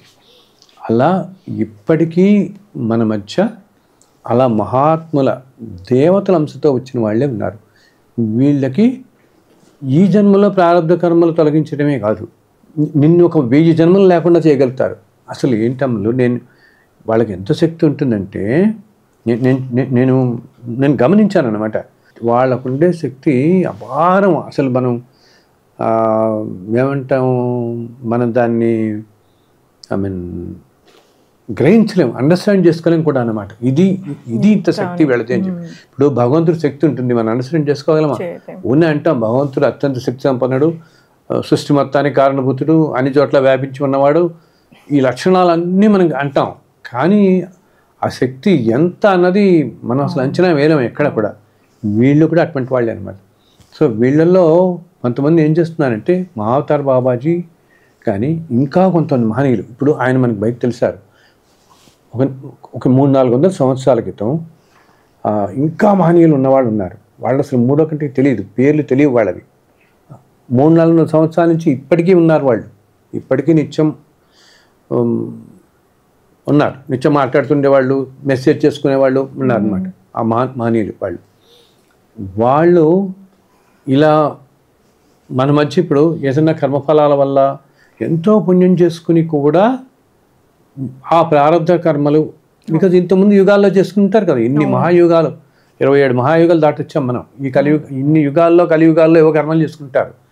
కానీ మధ్యలో దేవతలతో సాన్నిహిత్యం ఉండి ఎంతో పుణ్యంగా ఉన్న వాళ్ళు ఉంటారే మన మధ్య, వాళ్ళని వీళ్ళు ఎలా అనుగ్రహిస్తున్నారంటే వీళ్ళు నాయన అంటే వాళ్ళు చెప్పరు, చెప్పకుండానే మళ్ళీ ఇప్పుడు కలియుగం అయిపోయింది కదా, అయిన తర్వాత ఇప్పుడు అన్నానే 4,32,000 సంవత్సరాలు మనం ఇప్పుడు ఎక్కడున్నాం మనం, 5,120 ఎంతో ఇప్పుడు ఇక్కడ ఉన్నాం మనం. నాట్ ఈవెన్ 10,000 అనమాట. సో 20-30 సంవత్సరాలు నేను చెప్పానే, 20-30 సంవత్సరాలకి సంస్కృతం అంతా అంతరించేస్తుంది, మళ్ళీ బిగిన్ అవుతుంది. మళ్ళీ ఇలా 4 లక్షలు అప్పటిదాకా ఈ కలియుగం ఉంటుంది. మళ్ళీ ద్వాపరయుగం రావటం అనేది, అదే మళ్ళీ కృతయుగం సత్యయుగం రావటం అనేది. ఈ మహనీయులు నిన్ను ఇప్పుడు చల్లగా చూడటమే కాదు, వీళ్ళు నువ్వు అంత ధర్మం పట్టుకుని అంత గట్టిగా పట్టుకుని ఉంటే నిన్ను తీసుకెళ్ళిపోయి మళ్ళీ కృతయుగం దాకా నేను నీకు జన్మ లేకుండా చూస్తారు. ఇది కూడా సాధ్యమే. జన్మరాహిత్యం అనేది డిఫరెంట్. జన్మరాహిత్యం అనేది ఏంటి, ఇంకా అసలు జన్మ లేకుండా భగవంతులా కలిసిపోవటం. ఈ జన్మరాహిత్యం అనేది ఎంతో మహనీయులకి, మహాపురుషులకి అసలు చెప్పాలంటే జన్మరాహిత్యం రావటం అంటే కూడా వాళ్ళు కొన్ని కారణాల చేత ఈ భూమి జన్మించిన వాళ్ళే జన్మరాహిత్యం. వాళ్ళకి జన్మ ఉండదు, మళ్ళీ వస్తారు ఓ పర్పస్ కోసం వస్తారే, అంశాలతో వచ్చి దేవతాంశాలతో వచ్చి పర్పస్ కోసం వచ్చి మళ్ళీ వెళ్ళిపోతారు. ఇంక జన్మ అంతేగాని సామాన్య మనిషికి ఇవన్నీ ఏంటంటే తల్లి అందరూ కూడా చాలా క్యాజువల్గా వాడేస్తున్నారు. మోక్షము, ముక్తి, జన్మరాహిత్యం, సద్గతి, ఇవి అందరం మామూలుగా మాట్లాడేస్తున్నాం మనం. కానీ నిజంగా జన్మరాహిత్యం అనేది అంత తేలికైతే ఈ పాటికి ఇంత మహనీయులు తిరిగిన ప్రదేశం ఈ భూమి. సాక్షాత్తు మహనీయులు దేవతలు సరే, రాముడు కృష్ణుడు సరే, అవధూతలు అంటారు. పాతకాలంలో మన ఊళ్ళల్లో అవధూతలను ఉండేవాళ్ళు. ఏమీ పట్టదు, వాళ్ళు ఎక్కడో ఊరి చివరి చెట్ల కింద అలా కూర్చునే వాళ్ళు, ఎవరినైనా ఏదైనా పిచ్చడి తినేవాళ్ళు. వాళ్ళేంటి ఆ చుట్టుపక్కల గ్రామాలు ఆ పరిస్థితిని కాపాడడం కోసం భగవంతుడు అలా నిర్దేశించిన వాళ్ళు. అండ్ విచిత్రంగా ప్రవర్తించేవాళ్ళు తెలుసా వాళ్ళు. ఆ అవధూతల గురించి ఇప్పుడు కాలంలో మనకు అసలు కనిపించట్లేదు, ఎక్కడో ఉంటారు వాళ్ళు. ఏంటంటే వాళ్ళకి ఎటువంటి ప్రజలతో ఎటువంటి సంబంధాలు పెట్టుకోరు అసలు. కొంతమంది మాట్లాడరు కూడా, వాళ్ళ జీవితం మొత్తం మాట్లాడరు. 70-80 ఏళ్ళు అలాగే ఉంటారు. కొంతమంది 40 ఏళ్ళకే వెళ్ళిపోయిన ఉంటారు. వీళ్ళు ఒక 50-60 సంవత్సరాల క్రితం మన భారతదేశంలో చాలామంది ఉండేవాళ్ళు, బయట కనపడుతూ బాహ్యంగా. ఎందుకంటే వాళ్ళని చూసేవాళ్ళు కూడా అలా చూసేవాళ్ళు. ఇప్పుడు నెల్లూరులో, కర్నూలులో, ఎన్నో డిస్ట్రిక్ట్స్లో, మన వరంగల్, కరీంనగర్, ఇక్కడంతా కూడా వాళ్ళలో కొంతమంది ఏంటి చెట్టు కింద ఉంటే ఏదైనా తిండిస్తే తినేవాళ్ళు. ఆయన ఒక్కోసారి ఎంత విచిత్రంగా ప్రవర్తించేవాళ్ళు అంటే అందరూ చూస్తున్నా కానీ పక్కన ఏదైనా రాయి ఉంటే ఆ రాయి తీసుకుని తినేసేవాళ్ళు క్షణంలో. ఏంటి 20 రాళ్ళు తినేసిన వాళ్ళు ఉన్నారు. ఆశ్చర్యపోయేవాళ్ళు వీళ్ళు చూసి, ఈ రాయి తినేస్తున్నాడు ఏమిటి అని. వాళ్ళకి ఏంటంటే వస్తు గుణాల దేంతోనూ వాళ్ళకి సంబంధం లేదు అసలు. వాళ్ళ శరీర ధర్మం అనేది ఆ శరీరంకు ఉండే ధర్మాలు మనం మిగిలిన మానవ శరీరాలతో మనం పోల్చుకోలేము అసలు. ఎక్కడ కూడా ఊహించలేము. ఏంటి మాట్లాడుతూ విచిత్రమైన చేష్టలు చేసేవాళ్ళు వాళ్ళు. ఒకసారి వాళ్ళ దగ్గరికి వచ్చిన వాళ్ళని ఒక కర్రబెట్టి గట్టి కొట్టేవాళ్ళు. బట్ వీళ్ళు ఏంటంటే అప్పటి కాలానికి ఇంత నమ్మకపోవటం అనేది లేదు. ఇప్పుడున్నట్టు దేన్ని నమ్మకపోవటం, ప్రతిదాన్ని తప్పుగా చూడటం, పెద్ద అంటూనే తప్పే చూద్దాం అనుకోవటం, ఇవి లేక మనుషులందరినీ మంచిగా చూసేవాళ్ళు. అందుకని ఆ రోజుల్లో మనందరి మధ్య తిరుగుతుండేవాళ్ళు. ఆంధ్ర యోగులు అని చెప్పి ఒక పుస్తకం రాశారమ్మా. వీళ్ళున్నంతమంది చదవండి ఆ పుస్తకం. 5 వాల్యూమ్స్ కింద రాశారు. ఈ ఆంధ్రదేశంలో, ఆంధ్రదేశం అంటే ఆంధ్రప్రదేశ్ అనట్లే నేను, ఆంధ్ర, తెలంగాణ, తమిళనాడు, ఈ చుట్టుపక్కల రాష్ట్రాలన్నీ కూడా, అప్పటి కర్ణాటక కానీ, ఇక్కడ అంతా తిరిగిన చిన్న చిన్న పల్లెటూర్లలో ఉన్న యోగులు అన్నమాట వాళ్ళందరూ. వాళ్ళు ఎలా ఉండేవాళ్ళు, ఒక్కోసారి కృష్ణానది రాత్రి ఊరిని ముంచైపోతుంటే ఒక మహనీయుడు ఇలాగ చెట్టు కింద కూర్చుని ఒక అవధూత ఒక ఆయన ఓనే కర్ర పుచ్చుకుని ఇట్లా గీస్తే ఆ నది అక్కడే ఆగిపోయింది, యువతలకు రాదు. రాత్రి ఆ నది అలా ఆగి వెనక్కి వెళ్ళిపోతుంది. అటువంటి శక్తి సంపన్నులు ఉన్న ప్రదేశం మనది. మన పాతరాలు వాళ్ళకి తెలుసు. మన ఫాదర్స్ని అడిగినా ఇప్పుడు 70లో 80లో ఉన్న వాళ్ళందరికీ తెలుసు. ఇటువంటి వాళ్ళు కొంతమంది కలిసి ఉండొచ్చు, బట్ తెలుసు ఉండేవాళ్ళని. అసలు ఉండేవాళ్ళు తెలుసు అని ఇదంతా ఎందుకు నేను మొత్తుకుంటున్నానంటే, ఇప్పుడు వింటున్న వాళ్ళందరూ నాయన మీరు ఈ కాలంలో మీరు వాళ్ళని చూడలేకపోతున్నారు, కానీ అసలు అంటూ అటువంటి వాళ్ళు ఇంతకుముందు ఉన్నారు, ఇప్పుడు ఉన్నారు. ఇప్పుడు కాల పరిస్థితులకి అప్పటిలాగా బాహ్యంగా రారు వాళ్ళు, కానీ ఈ మాత్రం ప్రకృతి ఇలా ఉంది. ఇప్పుడు మనం చూస్తున్నాం, ఇప్పుడు అక్టోబర్ నవంబర్లో కూడా ఎండలు ఎలా ఉంటున్నాయి, మేలో ఉన్నట్టు ఎండ ఉంటుంది. ఇప్పుడు అన్ని సీజన్స్ కలిసిపోతున్నాయి. ఇదే ముందు తరాలకు ఇలా పెడుతూ ఉంటుంది. కాలం కరుస్తున్న కొద్దీ, ఇంకా 100 సంవత్సరాలు గడుస్తున్న కొద్దీ నేచర్ అంతా డిస్టర్బ్ అయిపోవటం ఇవన్నీ జరుగుతుంటాయి. అది వెంటనే రాకూడదు. నీకు ప్రతి 200-300 సంవత్సరాలకి సర్వనాశనం అయిపోతే ఎట్లా సృష్టి? అది కాదు కదా భగవంతుడు కావాల్సింది. చల్లగా ఉండాలని చూద్దామని చూస్తాడు ఆయన. అందుకని ఈ మాలిన్యాలను పంపిస్తాడు. వీళ్ళు ఇప్పటికీ మన మధ్య అతి సామాన్యుల్లాగా ఉంటూ ఇందా చెప్పానే వాళ్ళ చేష్టలు. ఇందాక ఇప్పుడు అవధులుతూనే వాళ్ళే రాడు. ఇప్పుడు ఈ ప్రోగ్రాం చూస్తున్న వాళ్ళలో ఎవరన్నా మీ తాతల్ని వాళ్ళని అడగండి, అవధూతల గురించి చక్కగా చెప్తారు మీకు. వాళ్ళ ఊళ్ళల్లో చుట్టుపక్కల గ్రామాల్లో జగిత్యాల, సిరిసిల్ల, కర్నూలు ఎంతోమంది. ఇప్పుడు కాశీరెడ్డి నాయన అని చెప్పి సినిమా కూడా వచ్చింది మన కర్నూలులో ఈ మధ్య కాలం. ఆయన పేరు విన్నాం. అలాగే గుంటూరులో మస్తాన్ అని ఉండేవారు. ఎంతో మందిలా మహానుభావాలు అనమాట. సొరకాయల స్వామి అని చెప్పి ఆయన బృందావనం అది కూడా ఉంటుంది తిరుపతి దగ్గర, కాళహస్తి దగ్గర కూడా ఉంటుంది. ఇట్లాగా ఆ మహనీయులు అందరూ సంచరించిన ప్రదేశం ఇప్పటికీ మన మధ్య ఉన్నవాళ్ళు. ఇప్పుడు వాళ్ళు మీరు అడగండి, వాళ్ళని చెప్తారు ఎటువంటి విచిత్రంగా ఉండేవాళ్ళు. ఏమి తినేవాళ్ళు కాదు వాళ్ళు. ఏం చెప్పాను కదా, ఇలా ఒక్కోసారి పక్కన వీళ్ళందరూ చూస్తుండగా ఏదో వాళ్ళకి ఏదైనా కష్టం వచ్చిందనుకో, వాళ్ళతో మరపెట్టుకునేవాళ్ళు.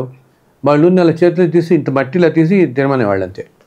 కుష్ఠరోగం తగ్గిపోయింది ఒక మనిషికి ఇలా ఆ మట్టి తీసుకుని తింటే, చేత్తో ఇలా మట్టి తీసి ఇచ్చేవాడు తినమని. ఎందుకంటే అతను చూడడానికి మనిషి సామాన్య మానవుడిలాగా కనపడుతున్నా మనుషులందరూ ఎక్కడ కోల్పోతారంటే, ఆయన కూడా మనలానే ఉన్నాడు కదా, ఇలాగే ఉన్నాడు కదా. ఇప్పుడు ఆ మహనీయుడు ఆయన అన్నవాళ్ళు వీళ్ళు ఏమి ఊహించుకుంటారు?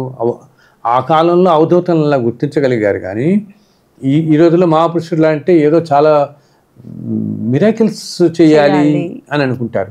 అవధూతలు ఎవరు మిరాకిల్స్ చేసేవాళ్ళు కాదు. వాళ్ళు ఎవరు ప్రజల కోసం, సమాజం కోసం మంచి పనులు చేసేవాళ్ళే. కానీ మిరాకిల్స్ కూడా ఎందుకు చేస్తారంటే కొంతమంది, దాంట్లో కూడా నేను అందరినీ తప్పు పట్టను.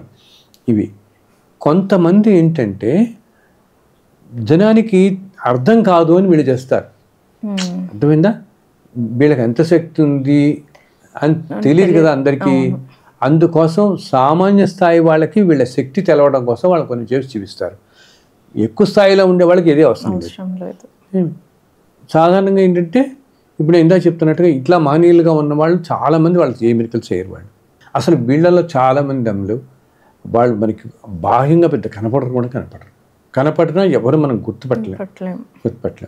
వాళ్ళు ఏం చేస్తున్నారు, వాళ్ళ దగ్గరికి వచ్చిన వాళ్ళని ఇందాక చెప్పినట్టుగా వాళ్ళకి గ్రహింపు కలుగుతుంది కదా. ఇంతకుముందు జన్మలు అన్ని గ్రహింపు కలిగి వాళ్ళకి కావలసిన ఇది కేవలం సంకల్పంతో ఏంటంటే వాళ్ళ సమీపంలో కూర్చున్న వల్లే మనకి జ్ఞానం వస్తుంది.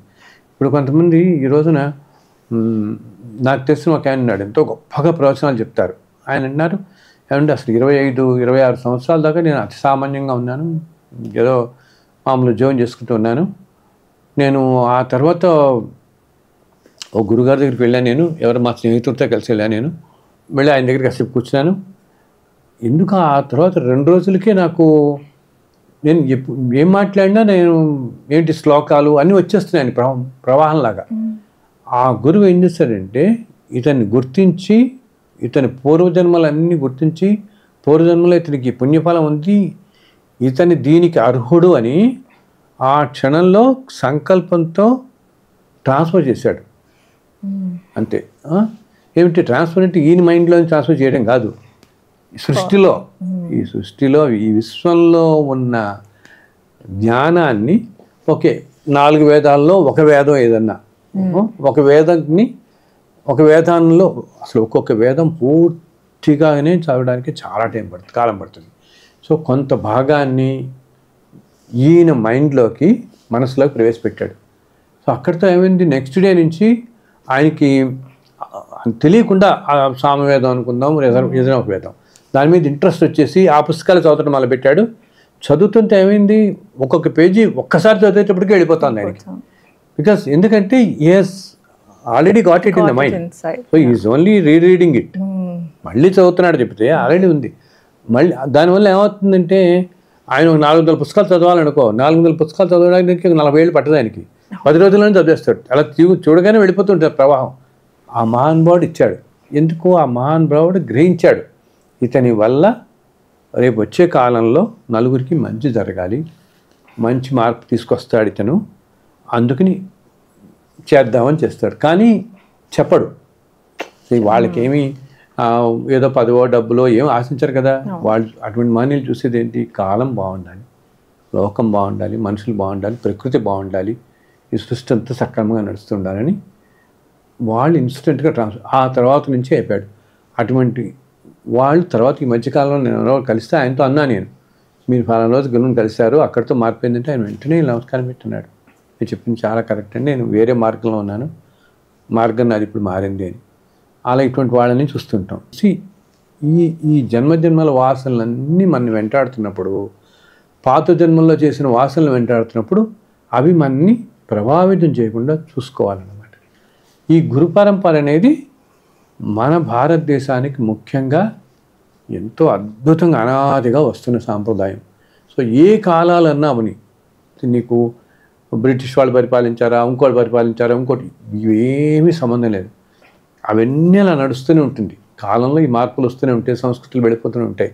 కానీ గురువులు అనేవాళ్ళు మాత్రం ఈ దేశాన్ని రక్షిస్తూ ఉంటారు, ఈ భూమిని రక్షిస్తూ ఉంటారు, ధర్మం కాపాడటం కోసం ఈ నేల మీద, ఈ భూమి మీద నిత్యం ఉంటారు. మనం అటువంటి వాళ్ళని గ్రహించగలగాలి. గ్రహించి ఆశ్రయిస్తే ఎంతో అద్భుతాలు దొరుకుతాయి మన జీవితాల్లో కూడా. గురుగారు, ఈ పూర్వజన్మ వాసనలు మనుషులకే ఉంటాయా లేదంటే జంతువులకు కూడా ఉంటాయా? పూర్వజన్మ వాసనలు అనేవి ఇప్పుడు ఇందాక చెప్పాను కదా, నేను ఈ జన్మజన్మల సంస్కారం చేత పుణ్యకార్యాలు చేస్తూ పాపకార్యాలు చేస్తూ పోతూ అనేక జన్మల్లో రకరకాల జన్మల్లో అనుభవిస్తామని తెలుసు, మనం మామూలుగా అంటున్నదే. ఇలా ఎన్నో పాపకార్యాలు చేసినప్పుడు ఒక్కొక్కసారి జంతు ప్రపంచంలోకి వెళ్ళి మళ్ళీ తిరిగి కొన్ని తర్వాత మనిషి ప్రపంచంలోకి వస్తాం. సాధారణంగా ఏం జరుగుతుందంటే ఇలా ఉన్న వాళ్ళల్లో మళ్ళీ తిరిగి మానవ జన్మలోకి మనం వచ్చే ముందు, ఓకే, ఇంకా కొన్ని జన్మల్లో ఇంకా మళ్ళీ మానవ జన్మలోకి వచ్చే ముందు ఆ జీవులన్నీ కూడా మానవులకి అతి దగ్గరలో తిరుగుతూ ఉంటాయి. ఇప్పుడు ఈ జీవుల్లోకి జన్మల్లోకి వెళ్ళిపోయామనుకో, మనం పాపం చేసుకున్న వాళ్ళం. సో వాళ్ళు ఏ పులులో, ఏ సింహాలో, ఏ అడవుల్లోనో, ఎక్కడో క్రిమికీటకాలుగానో, ఏ అమెజాన్ ఫారెస్ట్లోనో ఎక్కడో పుట్టితే వేరు. అలా అదే జీవన విధానం అదే దాంట్లో ఉంటాయి. అసలు ఇలా మనం ఎన్నో జీవుల్లో ఎన్నో చెప్తాం, పుట్టిన వెంటనే మరణించేవి, కొన్ని రోజుల్లో కొన్ని గంటల్లో మరణించేలా చెప్తుంటాం. ఇలాగే చిన్న పాపం కుందేళ్ళలాగానో వాటిలోనే పుట్టడం, ఏ పుల్లో చచ్చిపోవటం, వాటికి అతి దారుణమైన జీవితాలన్నీ గడిపి అంతా ఆ పాపఫలం అంతా పూర్తి చేసుకున్న తర్వాత, పూర్తి అంటే కంప్లీట్ పూర్తి కాదు, అత్యంత పాపఫలం ఉందే అది ఈ విధంగా పూర్తి చేసుకున్న తర్వాత తిరిగి మళ్ళీ మానవ జన్మలో మిగిలినవన్నీ మానవ జన్మలోకి వచ్చిన తర్వాత కూడా మళ్ళీ అనుభవిస్తారు వీళ్ళు. ఈ జన్మలో మానవ రూపంలో అనుభవించేవి. ఆ రూపంలో అనుభవించడం కంటే ఈ రూపంలో అనుభవించడం కొంచెం తేలిక కదా. ఈ రూపంలో నీకు కష్టం వస్తే ఒక మందు వేసుకుంటావు, డాక్టర్ దగ్గరికి వెళ్తావు, టాబ్లెట్ జిల్లులే వచ్చి కష్టం పడతావు కానీ తెచ్చుకుంటావు. బట్ ఆ రూపంలో లేవు కదా నీకు అవి. ఎక్కడో నీకు ఆఫ్రికన్ ఫారెస్ట్లో ఉండి ఇప్పుడు ఏదో కుందేలు ఉంటుందనుకో, గబుక్కుని వచ్చి ఏదో దాని మీద జంతువు దాని మీద ఇప్పుడు సగం ఖర్చేస్తే అది వెళ్ళిపోయి పొదల్లో ఉంటుంది, కానీ దానికి ఏముంటుంది, మందా సర్జరీనా ఏమన్నా. నేను అదే చెప్తాను మన వాళ్ళని, నేషనల్ జియోగ్రఫిక్లో పెట్టుకుని చూడండి ఎంత దారుణంగా వ్యాధులు బారి పడతాయో కొన్ని జంతువులు. వాటికి ట్రీట్మెంట్ అవి తెలియక లేక పాపం అలా వెళ్ళిపోతాయి, ప్రాణం జాలిస్తాయి అన్నమాట. సో మానవ జీవితానికి వచ్చే ముందు ఇంకా ఏంటి, ఈ జన్మలు అయ్యి మానవ జీవితానికి వచ్చే ముందు ఇంకా మనుషుల దగ్గరలో అంటే పెంపుడు జంతువులాగా ఇప్పుడు ఈ కుక్కలు పిల్లులు ఇట్లా ఉంటాయి. ఎస్పెషల్లీ మన ఇళ్లల్లో ఎక్కువగా మన ఇళ్లలో తిరుగుతుంటే వాటిని చూస్తుంటాం. కొన్ని చూడు ఎంత విశ్వాసంగా ఉంటాయి ఇవి కూడా. కొంతమంది ఇళ్లలో కుక్కలు పెంచుకుంటారు కదా, ఎలా చూస్తారు వాటిని, వాళ్ళతో సమానంగానే చూస్తారు, మనిషిని చూసినట్టు చూస్తారు. అది మన పేరు పెట్టి కూడా అనకూడదు, కుక్క అని కూడా మాట కూడా అనకూడదు. వాటిని ఎవరింటికని వెళ్తే మా వాడు వస్తున్నాడు కాసేపు అంటే ఎవరు వాళ్ళ పిల్లాడు వస్తున్నాడు అనుకుంటాం మనం, ఎంత చూస్తే కుక్క పిల్ల వస్తుంది. అది ఏంటంటే ఇంకా మనుషుల జీవితం మనుషుల జన్మ ఇంక దగ్గర రాబోతోంది. దానికి రాబోతున్నప్పుడు వాటికి అది కూడా ఏమిటో తెలుసా, వాటి పూర్వజన్మ వాసనల వల్ల అవి ఈ జంతు ప్రపంచంలో ఉన్న జన్మలకు ముందు జన్మలు మామూలు జన్మలు ఉన్నాయి. ఆ జన్మల్లో ఎవరెవరైతే రుణాలు ఎవరితో ఉన్నాయో ఆ రుణాలు ఉన్న కుటుంబాల దగ్గర చేరుతాయి. అందుకనే వాళ్ళు కూడా వీటిని ఎలా చూసుకుంటారు, సొంత పిల్లలా చూసుకుంటారు. తెలుసు కదా ఎలా చూసుకుంటారు, ఎంతమంది ఎంత ప్రేమగా చూసుకుని వాటికి అన్ని ఆలన పాలన అన్నీ చూస్తారు. ఎందుకంటే ఈ రోజు ఇలా ఈ కుక్కలాగా ఉన్నప్పటికీ ఇంతకుముందు ఎప్పుడో కొన్ని వేల కోట్ల జన్మల క్రితం మనిషిగా ఉన్నప్పుడు ఏదో రుణం ఉంది మనకి. ఆ జీవితో అనందములో స్నేహితుడో ఎవరో ఏదో అయి ఉండొచ్చు. ఈ జంతు రూపంలో ఇంకా మానవ రూపం వచ్చే ముందు మళ్ళీ మన మధ్య తిరగటం ప్రారంభించినప్పుడు ఆ రుణం ఎక్కడెక్కడ ఉందో ఆ రుణాల దగ్గరికి మనిషి అయిన తర్వాత రుణం దగ్గరికి అని మనం వింటున్నాం కదా. మనం అంతా కలిసిన వాళ్ళందరూ కూడా రుణాలు, జంతువులు కూడా దగ్గరగా ఉండేవి ఇలా రుణాలతోనే వస్తాయి, ఆ వాసనతోనే వస్తాయి ఒక్కొక్కప్పుడు.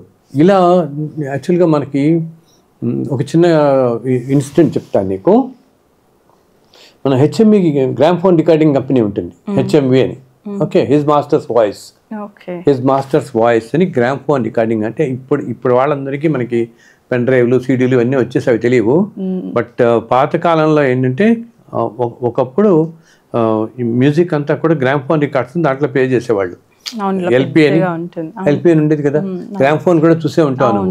ఓకే, ఆ హెచ్ఎంవి కంపెనీ వాళ్ళ లోగో ఏమంటుంటుందంటే ఒక గ్రామ్ఫోన్ ముందు ఒక చిన్న కుక్క పిల్ల కూర్చుని ఉంటుంది. ఇట్లా కుక్క పిల్ల కూర్చుని ఆ గ్రామ్ఫోన్లోకి చూస్తూ ఉంటుంది. అది వాళ్ళ లోగో. ఓకే, హెచ్ఎంవి అంటే short form his master's voice అని ఆ కంపెనీ పేరు. ఎప్పటి నుంచో మొట్టమొదటి రోజుల్లో ఎక్కువ రికార్డులు అన్నీ హెచ్ఎంవివే ఉండేవి. ఎల్పి రికార్డ్స్ అన్నీ కూడా మ్యూజిక్ ఫీల్డ్లో మనకి ఓల్డ్ రికార్డ్స్ అనేవి దొరకాలంటే వాళ్ళవే. ఎల్పి అనేవాళ్ళు లాంగ్ ప్లే అని చెప్పేసి ఆ రికార్డ్స్ ఉండేవి, ఎల్పి రికార్డ్స్ అని. ఓకే, ఒక చిన్న కుక్క పిల్ల, దాని వెనకాల ఒక పెద్ద కథ ఉంది. ఏంటంటే ఆ రోజుల్లో ఒక చాలా ప్రామినెంట్ హిందుస్థానీ మ్యూజిక్ ఎక్స్పోనెంట్ ఒక ఆయన ఉండేవాడు, గొప్ప విద్వాంసుడు అనమాట. ఆయన పేరు ఏంటంటే అబ్దుల్ కరీం ఖాన్, ఉస్తాద్ అబ్దుల్ కరీం ఖాన్ అని చెప్పి. ఆయన 1872లో జన్మించి 1937 దాకా ఉన్నాడు. చాలా గొప్ప కళాకారుడు. ఆయన రోజు సాధన చేసేవాడు. ఈ కరీం ఖాన్ గారు సంగీత సాధన, హిందుస్థానీ సాధన చేస్తున్నప్పుడు ఆ పక్కనే వాళ్ళ ఇంటి పక్కన ఒక చిన్న కుక్క పిల్ల ఉండేది. అది రోజు వచ్చి దగ్గరికి వచ్చినది. సంగీతం పాడుతుంటే ఆయన ఆ సంగీతం పాటలు పాడుతుంటే అలా వచ్చి కూర్చునేది. కూర్చుని ఈయన ఇంకా హయ్యెస్ట్ స్థాయికి వెళ్ళిపోయాడు ఇంకో ఆ సంగీతంలో ఆ సాధన చేస్తూ. ఆ కుక్కపిల్ల కళ్ళలోంచి నీళ్లు కారేవి ఆనందానికి అన్నమాట. అంటే ఏంటి, బహుశా ఈ కుక్కపిల్ల ఇంతకుముందు పాత జన్మల్లో ఎప్పుడో ఏ సంగీత విద్వాంసుడో అయ్యుంటాడు. అయ్యుండి ఎన్నో తప్పులు ఎన్నో పొరపాట్లు ఎన్నో చేసుండి జంతు ప్రపంచంలోకి వెళ్ళి మళ్ళీ మానవ జీవితంలోకి వస్తున్నప్పుడు ఇటువంటి జన్మ లభించింది. మళ్ళీ ఈ సంగీత విద్వాంసుడి దగ్గరికి వచ్చండి.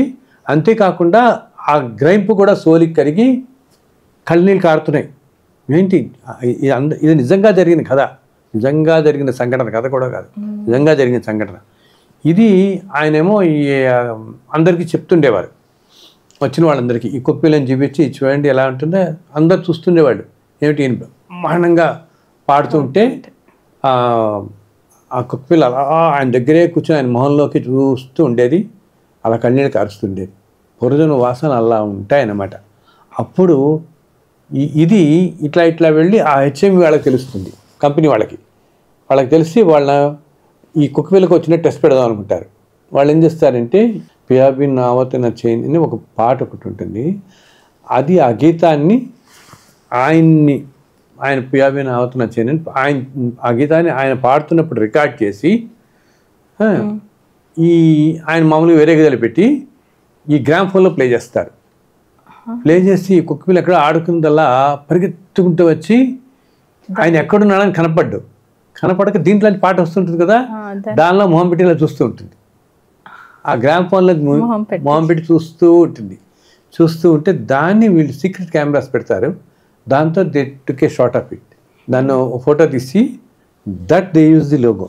ఇప్పటికీ కూడా మనం గూగుల్లోని కొడితే హెచ్ఎంఈ లోగో అది వస్తుంది, his master's voice logo. Gramophone ఎదురకుండా కుక్కపిల్ల కూర్చుని ఉంటుంది. అది నిజంగా జరిగిందన్నమాట. సో అది చూడు, పురోజన వాసనలు అనేవి ఎంతగా పట్టుకుని ఉంటాయి జీవులకి అంటే ఆ సంగీతానికి అది అంత ఇది. ఇప్పుడు అంత వచ్చి కళ్ళ ముండీళ్ళు కారేంత ఆస్వాదిస్తోంది అంటే కుక్కపిల్ల కూడా దాని వాసనే కదా, పురోజన వాసనే కదా. అదే వాళ్ళు లోగో కింద పెట్టారనమాట.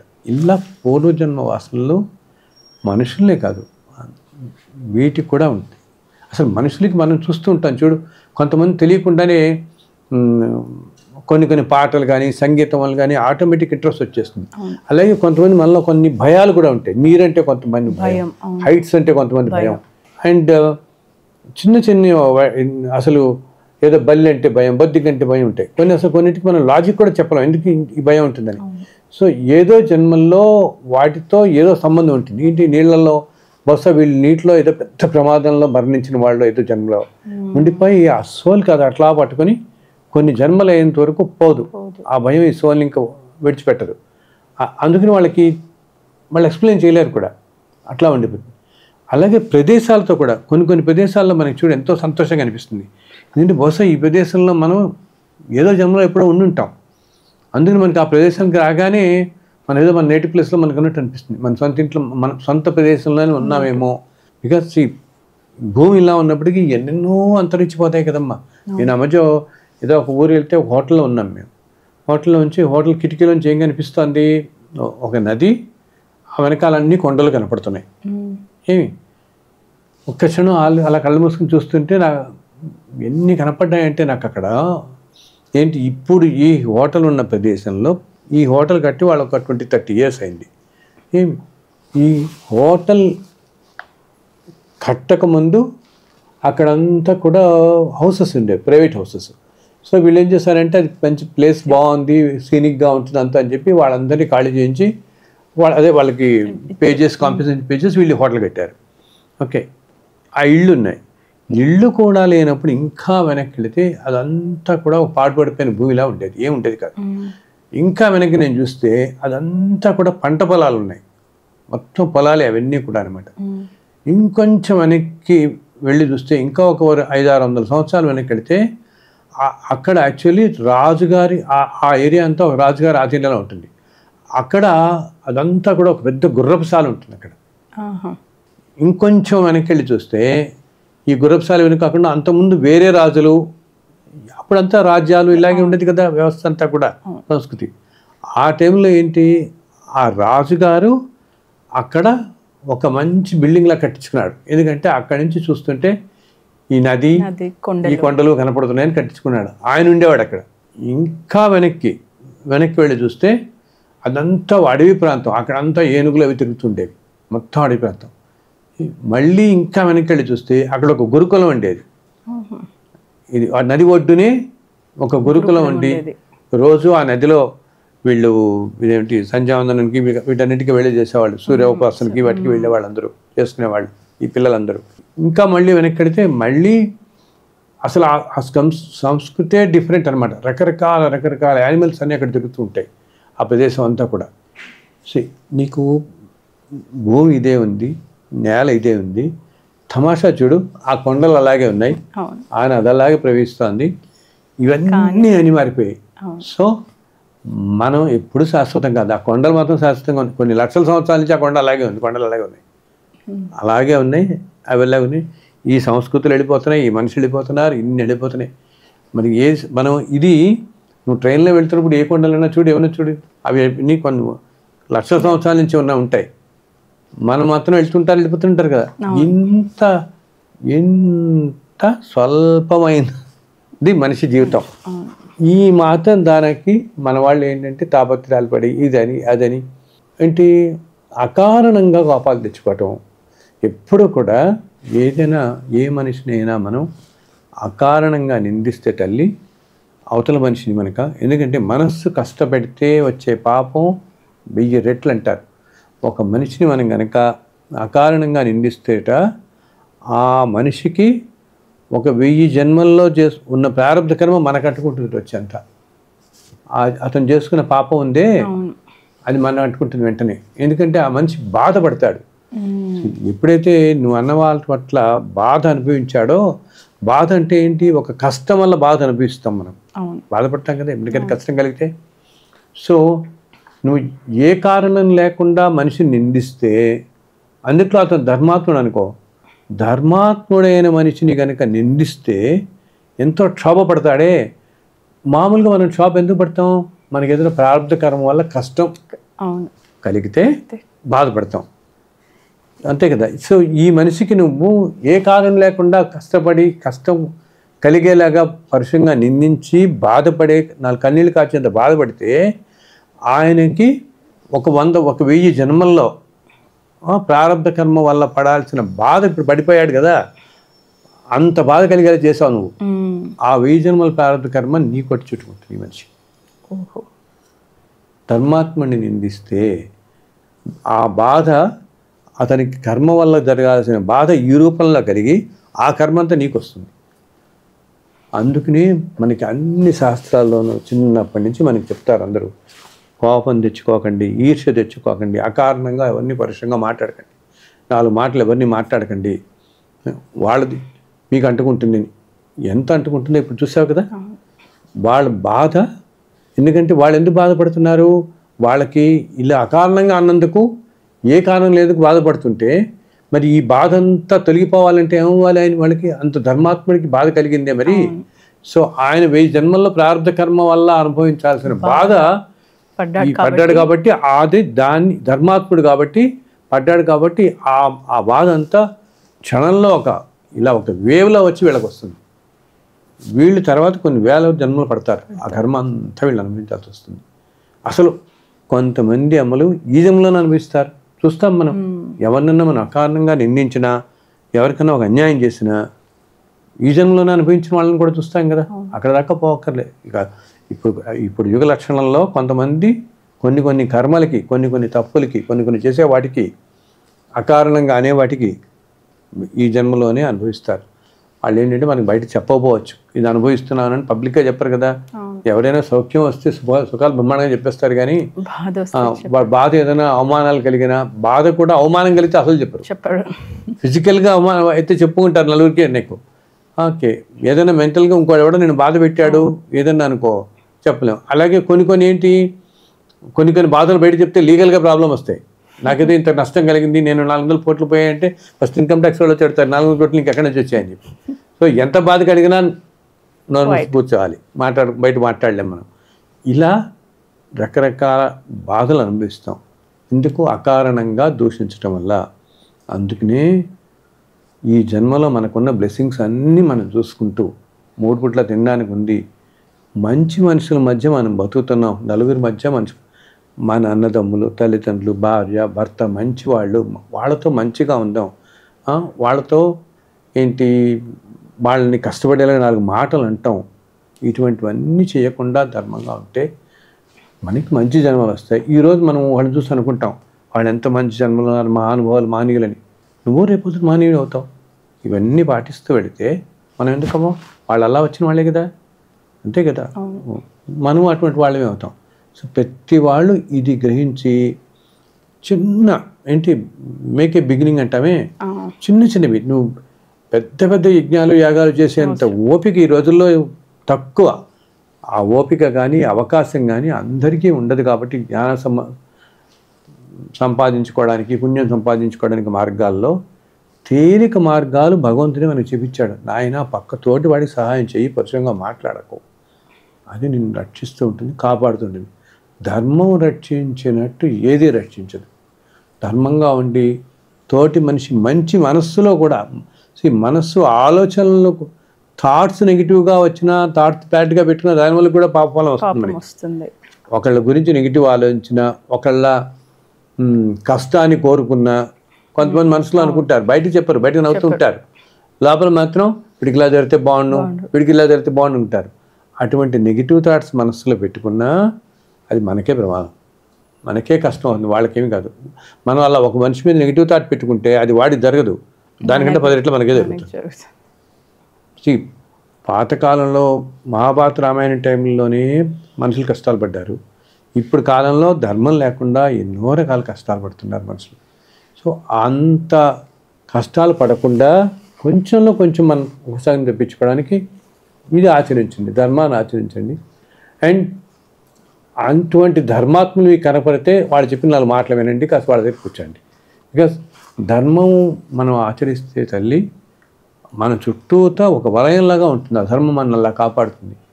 అవతల ధర్మాన్ని ఆచరించే మనిషిని ఏ శక్తి అడ్డుకోలేదు, ఏ శక్తి ఇబ్బంది పెట్టలేదు అన్నమాట. వాళ్ళనే కాదు, ఆ ఆరాలో కూర్చుని వాళ్ళందరూ కూడా రక్షించబడతారు. ధర్మం అనేది ఒక అందుని చూడు, ఎంతో మానవులు లాంటి వాళ్ళు వస్తుంటే ఒక తేజస్సు అంటాం మనం, అంటామే ఆ మనిషిలో ఎంత తేజస్సుంది, ఆ మానవులు ఎంత తేజస్సుంది, ఆ స్వామీజీలు ఎంత తేజస్సుంది, ఎవరో పీఠాధిపతి ఇంత ముందు కాలాల్లో ఉన్నవాళ్ళు ఎంత తేజస్సుతో ఉండేవాడు ఆ మహానుభావుడని. ఆ తేజస్సు అనేది మనం కంటితో చూస్తున్న తేజస్సు, బట్ మనం కొలవలేని తేజస్సు ఒక ఆరా ఉంటుంది, అది మనకి కంటికి కనపడదు, ఈ నేత్రానికి కనపడదు అనమాట. అటువంటి తేజస్సు ఉంటుంది. ఆ తేజస్సు కనుక మనం కూర్చుంటే కాసేపు ఇటువంటి వికారాలన్నీ నశిస్తాయి మనకి. ఇప్పుడున్న టైంలో ఇంకా కష్టంగా ఉంది కాబట్టి అందరూ కూడా ప్రయత్నించండి. చక్కగా మిమ్మల్ని అందరినీ చల్లగా చూడాలని ఆ స్వామివారిని ప్రార్థిస్తున్నాను, వెంకటేశ్వర స్వామివారిని ప్రార్థిస్తున్నాను. సో ఇవి ఏంటంటే తల్లి, ఈ బేసిక్ ఇటువంటివన్నీ, ఈ జన్మజన్మల బంధాలు ఎలా ఉంటాయి, మనుషులకి ఆలోచనలు ఎందుకు వస్తాయి, కష్టాలు ఎందుకు వస్తాయి, ఒకప్పుడు మన ఆలోచనలు ఎందుకు రాంగ్ వేస్లో పోతాయి, అటువంటివన్నీ అమృతదర్శనం అనే పుస్తకంలో రాశాను. ఇప్పటికే చాలామంది చదివిన వాళ్ళు నాకు ఎంతో, అసలు కొంతమంది అయితే నాకు చెప్పారు, వాళ్ళు చదివిన వాళ్ళు అసలు మా లైఫ్ అంతా అమృతదర్శనం ముందు, అమృతదర్శనం తర్వాత అండి అని చెప్తారు. అండ్ ఒక ఆయన అయితే మనందరికీ తెలిసిన ఒక మహానుభావుడు ఈ పుస్తకం ఇలా తీసి ఇలా ఓపెన్ చేయగానే అమ్మవారి దర్శనం ఇచ్చిందని చెప్పారు. ఇలా ఓపెన్ చేస్తే అమ్మవారే కనిపించింది ఆయనకి. దీంట్లో ఈ అక్షరాల్లోనే అంత శక్తి ఉంది అంటారు. ఇది కూడా ఎందుకు చెప్పాను కదా, ఈ కాలంలో రావాల్సింది కాబట్టి భగవత్ అనుగ్రహంతో ఈ కాలంలో ఇలా వచ్చింది పుస్తకం. ఇది ఇంగ్లీష్లో కూడా ట్రాన్స్లేట్ అయింది. ఇప్పుడు జనరేషన్ వాళ్ళ కోసం మెట్ అగైన్ అంటే మళ్ళీ కలిసాము, ఈ మెట్ అగైన్, జస్ట్ ఏదో బంధం ఉండబట్టి కలుస్తాం కదా మనం, అలా ఉంది. అది ఇప్పుడు మన ఎంతో మంచి ఎన్నో కష్టాలు ఉన్నవాళ్ళు చెప్తారు. వాళ్ళకి ఏంటిట, నిన్న ఒక ఆయన వచ్చారు మా ఇంటికి, పెద్దవారు 78 సంవత్సరాలు, ఆయన అంటున్నారు, నాకు మీ మెట్ అగైన్ పుస్తకం భగవద్గీతతో సమానం అన్నారు ఆయన. ఎప్పుడు నాకు ఏ కష్టం కలిగినా నేను ఏదో పేజీలో తీసి చదువుకుంటానండి, ఆ చాప్టర్ చదివితే నాకు వెంటనే దానికి ఒక సమాధానం దొరుకుతుంది దాంట్లో. అంతగా మనుషులకి దగ్గరైంది, మన వాళ్ళందరికీ దగ్గరైంది అనమాట ఈ పుస్తకం.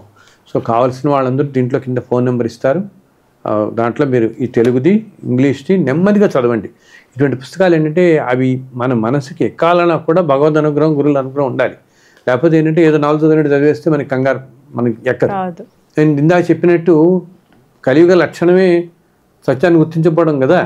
సో ఇదేమిటని కాకుండా దాంట్లో సారాంశం గ్రహించడానికి 1-2 సార్లు చదవండి. అండ్ దీనివల్ల ఏంటంటే మీకు ఏ కష్టం అన్నా వచ్చే రాబోయే రోజుల్లో తట్టుకునే శక్తి కలుగుతుంది. అండ్ ఒక మంచి అవగాహన వస్తుంది. మన ఈ జన్మజన్మల పరంపర గురించి మంచి అవగాహన వస్తుంది మన తల్లి. సో నేను కూడా ఒక 2 విషయాలు మాట్లాడాలి దీంట్లో, హైలైట్స్ ఆఫ్ ద బుక్ ఏమేమి ఉంటాయి అని. ఈ బుక్లో మీరు చాలా విశేషాలు రాశారు. కొన్ని ఏమంటే మన బంధాలు, జన్మ బంధాలు, ఇప్పుడు ఫ్రెండ్స్గా పుట్టిన వాళ్ళు నెక్స్ట్ వచ్చే జన్మలో హస్బెండ్ వైఫ్గా పుట్టొచ్చు, లేదంటే తండ్రి కొడుకులాగా, తల్లి కూతురులాగా ఎలా అయినా పుట్టొచ్చు. అంటే మనకి ఉన్న ఆ ప్రేమానుబంధం మళ్ళీ ఎలా కలుపుతుందో మనకి తెలియదు. ఇలానే పుడతాము, ఇలానే ఉంటాము అన్నది లేదు. అదొకటి అర్థమవుతుంది. ఇంకొకటి దీంట్లో స్థల ప్రభావం, అంటే కొన్ని ప్లేసెస్ కి ఉన్న ప్రభావం గురించి రాశారు. ఇప్పుడు మన వరల్డ్ లో ఫేమస్ యూనివర్సిటీస్, మిషిగన్,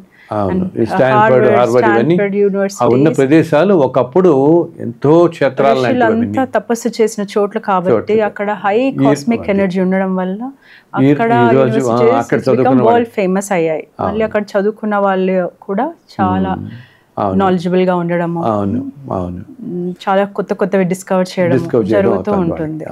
అలానే ఇంకొన్ని చెప్పారు ఏమంటే కాలిఫోర్నియా స్టేట్ లో కొన్ని నేషనల్ పార్క్స్ లో పెద్ద పెద్ద వృక్షాలు ఉన్నాయి.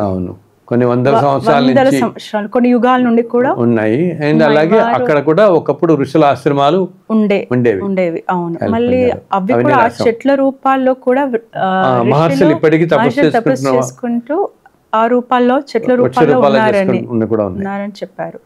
ఇంకొకటి ఏమంటే మీరు మళ్ళీ శకుని గురించి చెప్పారు. ఇప్పుడు ఎలా సామాన్య మానవుడు లాగా ఎలా కష్టపడుతున్నాడని.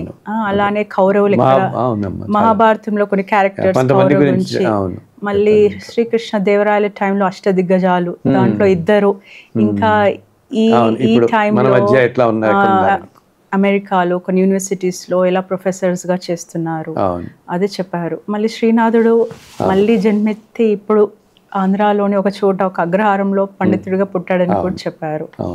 ఇలాంటివి ఇంకొన్ని కూడా చెప్పారు. ఏమంటే నాకు చాలా టచ్ అయింది ఏమంటే, నేను ఎప్పుడు అనుకునేదాన్ని మనుషులు అంతా బాగున్నప్పుడు డిప్రెషన్ ఎందుకు వస్తుంది, డిప్రెషన్కి ఎందుకు లోన్ అవుతారు, అన్ని బాగుంటాయి, రిలేషన్స్ బాగుంటాయి, వెల్దీ ఉంటారు, హెల్త్ బాగుంటుంది, బట్ స్టిల్ మనుషులకి డిప్రెషన్ ఉంటుంది. మనం ఇప్పుడు చాలా వింటున్నాం ఎక్కువగా.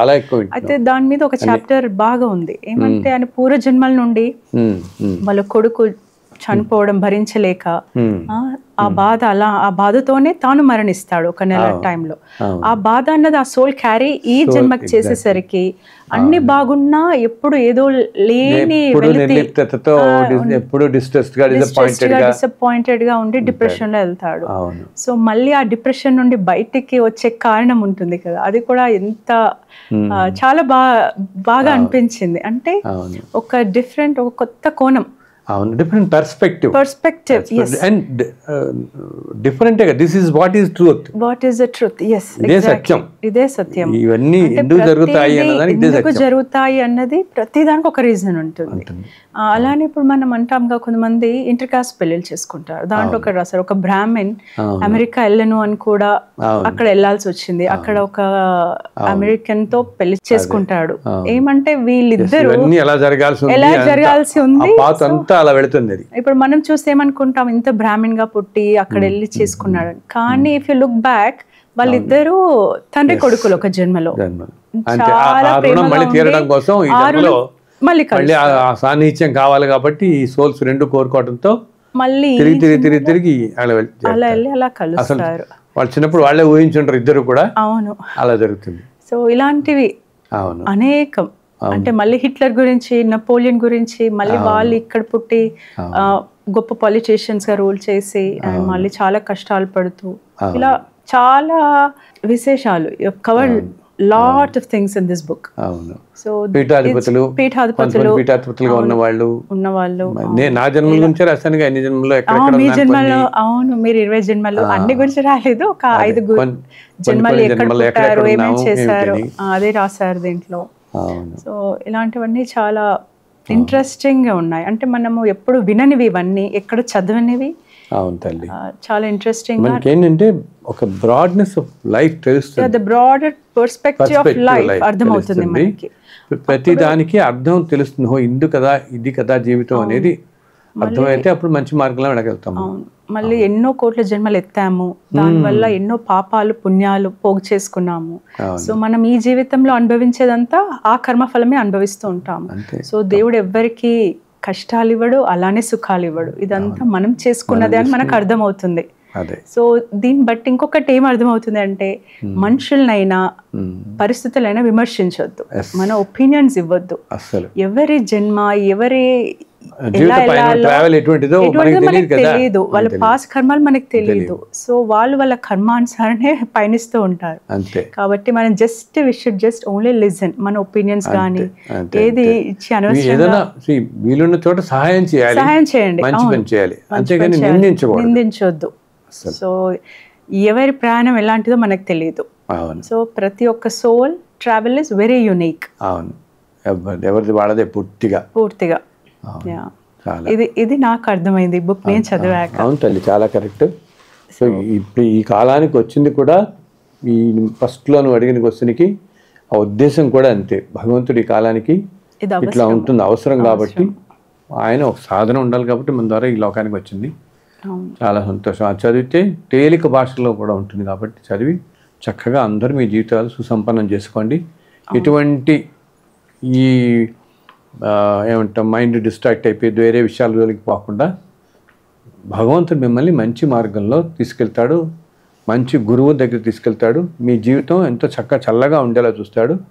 మీరు సమాజానికి, మీ కుటుంబం మీరు బాగుండేలా చూస్తాడు. మీ ద్వారా సమాజానికి కూడా కుటుంబం చాలా బాగా మంచి జరిగేలా చూస్తాడు. ఆ విధంగా మేమందరినీ చల్లగా చూడాలని ఆ పరమేశ్వరుని మరొక్కసారి ప్రార్థిస్తున్నాను. థ్యాంక్ యూ గురుగారు, thank you. You made it very interesting. సంతోషం. అండ్ ఐ హోప్ పీపుల్ ఇది చదివి వాళ్ళు కూడా వాళ్ళ పర్స్పెక్టివ్ మార్చుకొని లైఫ్లో హ్యాపీగా ఉండాలని అనుకుంటున్నాను. తప్పకుండా తల్లి. Thank you viewers. ఈ బుక్స్ కావాలి అంటే కింద నెంబర్ని కాంటాక్ట్ చేయండి. English and Telugu both versions అవైలబుల్లో ఉన్నాయి. Thank you very much.